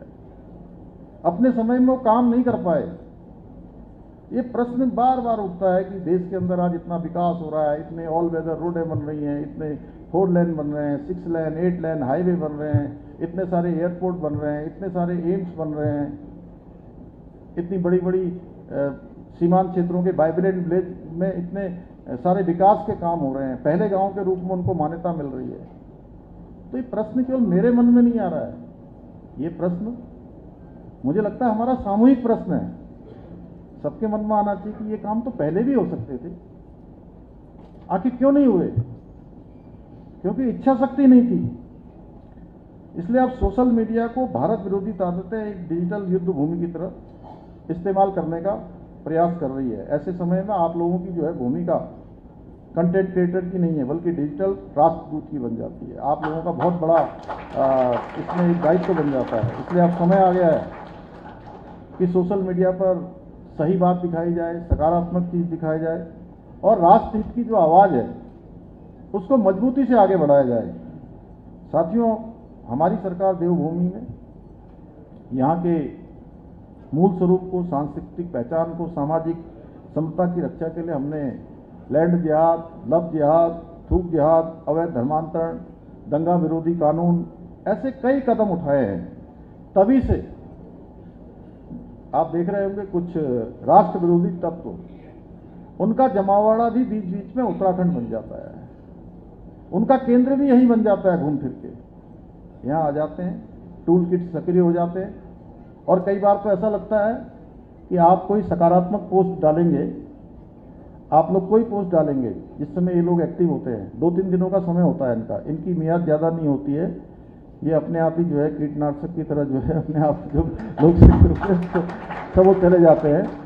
तो क्या करते हैं, जैसे आपने कोई पोस्ट डाली, उस पोस्ट पर इतने नेगेटिव कमेंट आते हैं कि सच में इतने नेगेटिव कमेंट हो ही नहीं सकते।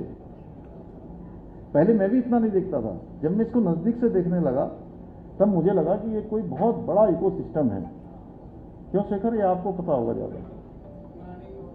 हाँ, ऐसी पोस्ट पड़ेगी, ये मुख्यमंत्री को कितने नंबर देने चाहिए, तो अब उसमें जो है डालेंगे, उसमें से 1000 कमेंट होंगे, 999 माइनस में आते हैं। अब ऐसा कैसे हो सकता है? तो इस प्रकार से वो लोग अपना एक फेक नैरेटिव बनाते हैं, और हमने भी जब से ये काम शुरू किए तो इन्होंने अलग अलग नामों से फर्जी अकाउंट बनाकर ये भ्रम फैलाने का प्रयास करने लगे। अभी हाल ही में आपने देखा होगा जब हमने कहा कि सड़कों पर नमाज नहीं पढ़ने दी जाएगी। अब इसमें क्या बुरा कहा? भाई, नमाज पढ़ने के लिए हम मना ही नहीं कर रहे हैं किसी को, हम किसी के खिलाफ नहीं है, किसी धर्म के खिलाफ नहीं है, लेकिन नमाज पढ़ने का तो अपना स्थान है। अब 4 धाम यात्रा चल रही है, आदि कैलाश यात्रा चल रही है, हेमकुंड साहब यात्रा चल रही है, बाबा के यहाँ आ रहे हैं, पूर्णागिरी माता की इतनी बड़ी यात्रा चल रही है, 21 लाख से ज़्यादा लोग वहाँ चले गए हैं। अब रोडों में आओगे, अव्यवस्था फैलाओगे, जाम लगाओगे, तो ये कहाँ तक सही है? ये नहीं होना चाहिए। तो जैसे हमने कहा तो इन्होंने योजनाबद्ध तरफ से एक भ्रम फैलाना शुरू कर दिया कि सरकार नमाज का विरोध कर रही है। अरे, मैं स्पष्ट कर देना चाहता हूँ कि हमारी सरकार किसी के आस्था, पूजा पद्धति, धार्मिक स्वतंत्रता के खिलाफ नहीं है। पूजा हो, प्रार्थना हो, कोई भी आस्था हो, उत्तराखंड में सब कुछ होगा, लेकिन सब कुछ होगा विधि के अनुसार, भारत के संविधान के अनुसार और कानून की मर्यादा के भीतर होगा। सड़कें आम जनता की सुविधा के लिए होती है, उनके आने जाने के लिए होती है। यदि कोई सड़क रोककर अवस्था फैलाएगा तो उससे आम नागरिकों को परेशानी होगी। हमारी सरकार किसी को भी कानून हाथ में लेने की अनुमति नहीं देती। हम सभी आस्थाओं का सम्मान करते हैं। उत्तराखंड में कानून और व्यवस्था से ऊपर किसी को नहीं माना जा सकता है। सभी को व्यवस्था को मानना होगा, लेकिन कुछ लोगों को ये रास नहीं आता है। शांति व्यवस्था, सांस्कृतिक संरक्षण बिल्कुल समझ में नहीं आ रहा है, इसलिए वो सोशल मीडिया के माध्यम से भ्रम फैलाने का प्रयास कर रहे हैं, लगातार लोगों में अफवाह फैलाने का काम करते हैं। इसलिए मैं आज ये स्पष्ट शब्दों में कहना चाहता हूँ कि देवभूमि उत्तराखंड में अराजकता फैलाने वालों के मंसूबे कभी सफल नहीं होंगे। देवभूमि उत्तराखंड राष्ट्रभक्ति, सनातन संस्कृति, सामाजिक समरसता और कानून के शासन में विश्वास रखने वालों की भूमि है। यहाँ बहुत शांति प्रिय लोग रहते हैं। जब भी मुझे मेरे मीडिया के मित्र पूछते हैं तो मैं उनसे हमेशा ही कहता हूँ कि हम बहुत प्रेम से रहते हैं आपस में, हमारे यहाँ कोई किसी प्रकार का तनाव नहीं है, लेकिन हम उत्तराखंड के देवत्व को कोई नुकसान भी नहीं होने देंगे। ऐसे लोगों को पहचानना, तथ्यों के साथ जवाब देना आज आप सभी जागरूक सोशल मीडिया वॉरियर्स की बहुत बड़ी जिम्मेदारी है। साथियों, सोशल मीडिया के दौर में सबसे बड़ी चुनौती यह नहीं कि क्या वायरल हो रहा है, सबसे बड़ी चुनौती है कि सत्य क्या है, सही बात क्या है। इसलिए हमें पहले सत्यापन, फिर प्रसारण की भावना के साथ आगे बढ़ना चाहिए, क्योंकि डिजिटल दुनिया में व्यूज तेजी से मिल सकते हैं, लेकिन विश्वसनीयता कमाने में बरसों लग जाते हैं कि लोग आपकी डाली हुई पोस्ट पर विश्वास करें। जो व्यक्ति समाज को सही दिशा देता है, तथ्य के साथ बात करता है, सकारात्मक सोच को आगे बढ़ाता है, वही लंबे समय तक लोगों के दिलों में अपनी पहचान, अपनी जगह बना पाता है। लेकिन जो केवल नकारात्मक फैलाते हैं, भ्रम फैलाते हैं, सनसनी फैलाते हैं, और कुछ समय के लिए तो ट्रेंड बन सकता है, कुछ समय के लिए तो व्यूज मिल सकते हैं, पर समाज का विश्वास वो कभी नहीं जीत सकते हैं, लोगों के दिल में कभी नहीं जा सकते। वो अखबार में उसमें आ जाएंगे, उस पर दिख जाएगा, बहुत सारा व्यूज दिख जाएगा उनका, लेकिन लोगों के दिल में जो जगह बनती है वो नहीं होगी। साथियों, लोकतंत्र में आलोचना भी बहुत जरूरी है, लेकिन आलोचना और अराजकता में बहुत बड़ा अंतर है। कुछ लोगों को लगता है कि हर सुबह सरकार को कोसने वाली पोस्ट डाल देना ही राष्ट्र सेवा है। अब राष्ट्र निर्माण केवल ट्रेंड चलाने वालों से नहीं बनेगा, बल्कि सकारात्मक योगदान देने से बनेगा। इसलिए आज आवश्यकता केवल रील बनाने की नहीं है, रियल इम्पैक्ट पैदा करने की है, क्योंकि मोबाइल पर चलने वाली कुछ सेकंड की रीलें कई बार समाज की सोच और आने वाली पीढ़ियों की दिशा तय कर देती है। साथियों, देवभूमि उत्तराखंड केवल आस्था का केंद्र नहीं है, बल्कि अवसर, नवाचार, नई संभावनाओं की अब एक नई भूमि के रूप में उभर रही। लोग बहुत संभावनाएं आज उत्तराखंड में देख रहे हैं। हर दृष्टि से आज उत्तराखंड भारत के उन राज्यों की श्रेणी में शामिल हो गया जो पहले श्रेणी के राज्य माने जाते हैं, अग्रिम पंक्ति के राज्य माने जाते हैं। हमारा धार्मिक पर्यटन बढ़ रहा है, वेलनेस टूरिज्म बढ़ रहा है, adventure tourism, film shooting, home stay, digital economy, हर क्षेत्र में आज हमारी नई पहचान बन रही है। पीछे सालों में कई श्रद्धालु आए, अभी आप देख रहे होंगे 3-4 सालों में 23 करोड़ से भी ज़्यादा लोग देवभूमि उत्तराखंड आ गए। 4 धाम यात्रा कल तक 20 लाख क्रॉस हो गई थी। मुझे लगता है कि आज जो है वो 22 लाख के आसपास पहुंच गई होगी। परसों का था कल और आज का मैं देख नहीं पाया, आज तक पहुंच जाएगी। आदि कैलाश यात्रा 20,000 के आंकड़े को पार कर गई 20 दिनों में। पूर्णागिरी की यात्रा के बारे में आज मुझे डीएम चंपावत सवेरे में बात कर रहा था तो मुझे बता रहे थे कि 21 लाख लोग अभी तक जो है पूर्णागिरी की मैया के दर्शन के लिए आए। लेकिन मैं जानता हूँ उत्तराखंड की असली ताकत हमारे पहाड़ हैं, हमारी संस्कृति है, हमारी जीवन शैली है, हमारे गांव हैं, हमारे लोकगीत हैं, हमारी लोक भाषाएं हैं, और सबसे बड़ी बात है यहाँ के लोगों की सादगी, यहाँ के लोगों का अपनापन, यहाँ की बोली भाषा और यहाँ की ईमानदारी। पूरे देश और दुनिया में लोग उत्तराखंड के लोगों को पसंद करते हैं। और साथियों, इन सबको दुनिया तक पहुँचाने का आज सबसे बड़ा माध्यम आप सभी सोशल मीडिया क्रिएटर्स, इन्फ्लुएंसर बन सकते हैं। जब आप लोग अब देवभूमि की संस्कृति के, मैं कहना चाहता हूं कि आप सब लोग अब देवभूमि की संस्कृति के डिजिटल दूत हैं। जब आप किसी पहाड़ी गांव की सुबह दिखाते हैं, जब आप किसी स्थानीय व्यंजन की कहानी बताते हैं, अभी यहाँ पर हुकुमदा नहीं आए होंगे, कहाँ हैं पता नहीं, रोज जो है वो किसी दिन खिचड़ी खा रहे होते हैं, किसी दिन नमक पिसा हुआ नमक और मट्ठे के साथ रोटी खा रहे होते हैं, फिर मूली कटी हुई खाई होती है उस बगल में होती है, कभी भट्ट की चुड़का नहीं खाते हैं, कभी वो पंतनगर से लाया हुआ अचार खाते हैं। मैं कुछ देखूं ना देखूं, उनको देखता हूं और मेरे मुंह में पानी आ जाता है। और इतनी चीजें कि हमारे जो पहाड़ में जो यहाँ का जो है अलग अलग प्रकार का, वो अभी कल मैं देख रहा था कि वो भटिया बोलते हैं हमारे यहाँ पिथौरागढ़ में, यहाँ पता नहीं क्या बोलते हैं, भट्ट वाला कह रहे थे, भट्ट का जोला, तब हाँ नहीं डुबके नहीं, भट्ट का जोला। तो वो कह रहे थे पांडे जी, उसमें बोल रहे थे, वो ऊपर से उनकी मैडम भाभी जी भी जो है साथ में होती, कुंवर साहब ये क्या खा रहे हो आज आप?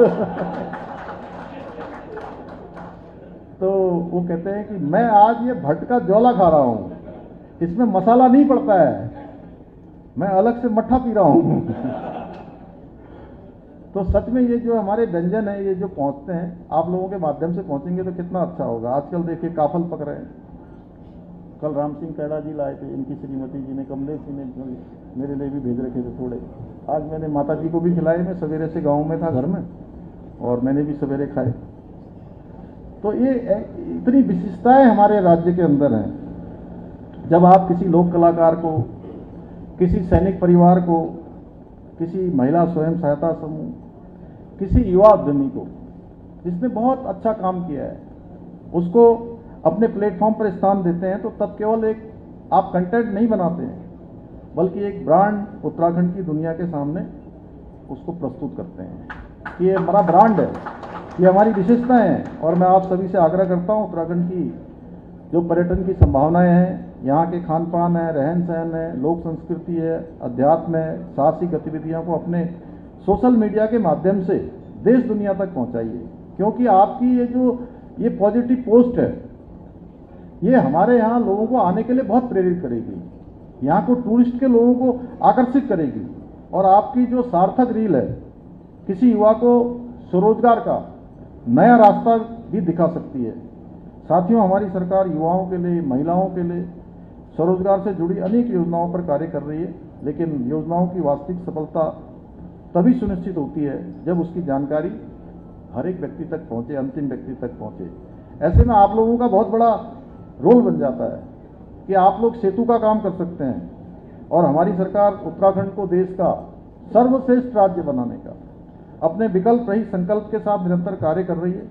मुझे पूरा विश्वास है कि इस संकल्प को पूरा करने में आप सभी हमारी सरकार के साथ कंधे से कंधा मिलाकर कार्य करेंगे और उत्तराखंड को देश का अग्रणी राज्य बनाने में अपना अमूल्य योगदान देंगे। इसी विश्वास के साथ आप सभी के उज्जवल भविष्य की कामना करते हुए मैं इन पंक्तियों के साथ अपनी बात समाप्त करता हूँ कि मोबाइल की इस दुनिया में सच की मसाल जलानी है, देवभूमि की संस्कृति दुनिया भर में पहुंचानी है। एक नैरेटिव के अधेरों से अब डटकर लड़ना होगा, एक नैरेटिव के अधेरों से अब डटकर लड़ना होगा। विकल्प रहित संकल्प के साथ नया उत्तराखंड गढ़ना होगा, विकल्प रहित संकल्प के साथ नया उत्तराखंड गढ़ना होगा। आप सभी का बहुत बहुत धन्यवाद।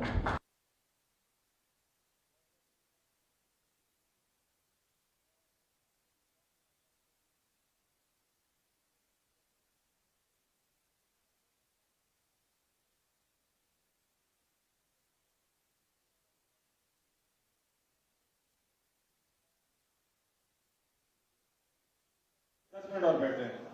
अब मैं आमंत्रित करूंगा बच्ची अरीना रघुवंश, जो कि मेहनत, विनम्रता और प्रतिभा की प्रेरणादायक मिसाल है। दिल्ली पब्लिक स्कूल हल्द्वानी की छात्रा अरीना रघुवंश ने सीबीएसई कक्षा 12 बोर्ड परीक्षा में 98.8 अंक प्राप्त कर उत्तराखंड क्षेत्र की स्टेट टॉपर बनकर विद्यालय और पूरे प्रदेश को गौरव का क्षण महसूस कराया है। विशेष उपलब्धि यह रही कि उन्होंने मनोविज्ञान विषय में 100% अंक प्राप्त किए। माननीय मुख्यमंत्री जी बच्चे को एक पुस्तक और डायरी और पेन भेंट करेंगे, उसके उज्जवल भविष्य की कामना करेंगे।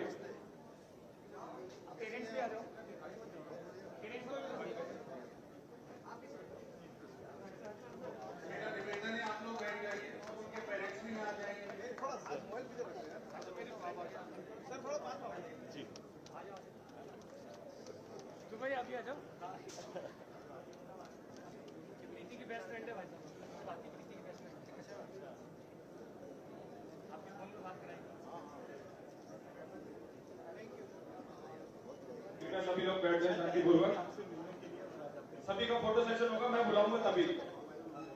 अभी कोई नहीं, अगर इस तरीके से व्यवस्था करेंगे तो किसी की फोटो नहीं होगी। सबसे पहले टीचर्स की फोटो होगी, उसके बाद मैं बुलाऊंगा। कृपया करके अपने अपने स्थान पर बैठ जाए। अगर आप व्यवस्था फैलाएंगे तो किसी का भी फोटो नहीं होगा। मैं बच्ची के उज्जवल भविष्य की कामना करता हूं। बहुत बहुत बधाई बच्ची अरीना रघुवंश। अब कार्यक्रम को समाप्ति की ओर ले जाते हुए मैं आमंत्रित करूंगा सूचना महानिदेशक आदरणीय श्री बंशीधर तिवारी जी को कि वह इस कार्यक्रम का धन्यवाद ज्ञापन प्रेषित करेंगे। आदरणीय श्री बंशीधर तिवारी जी।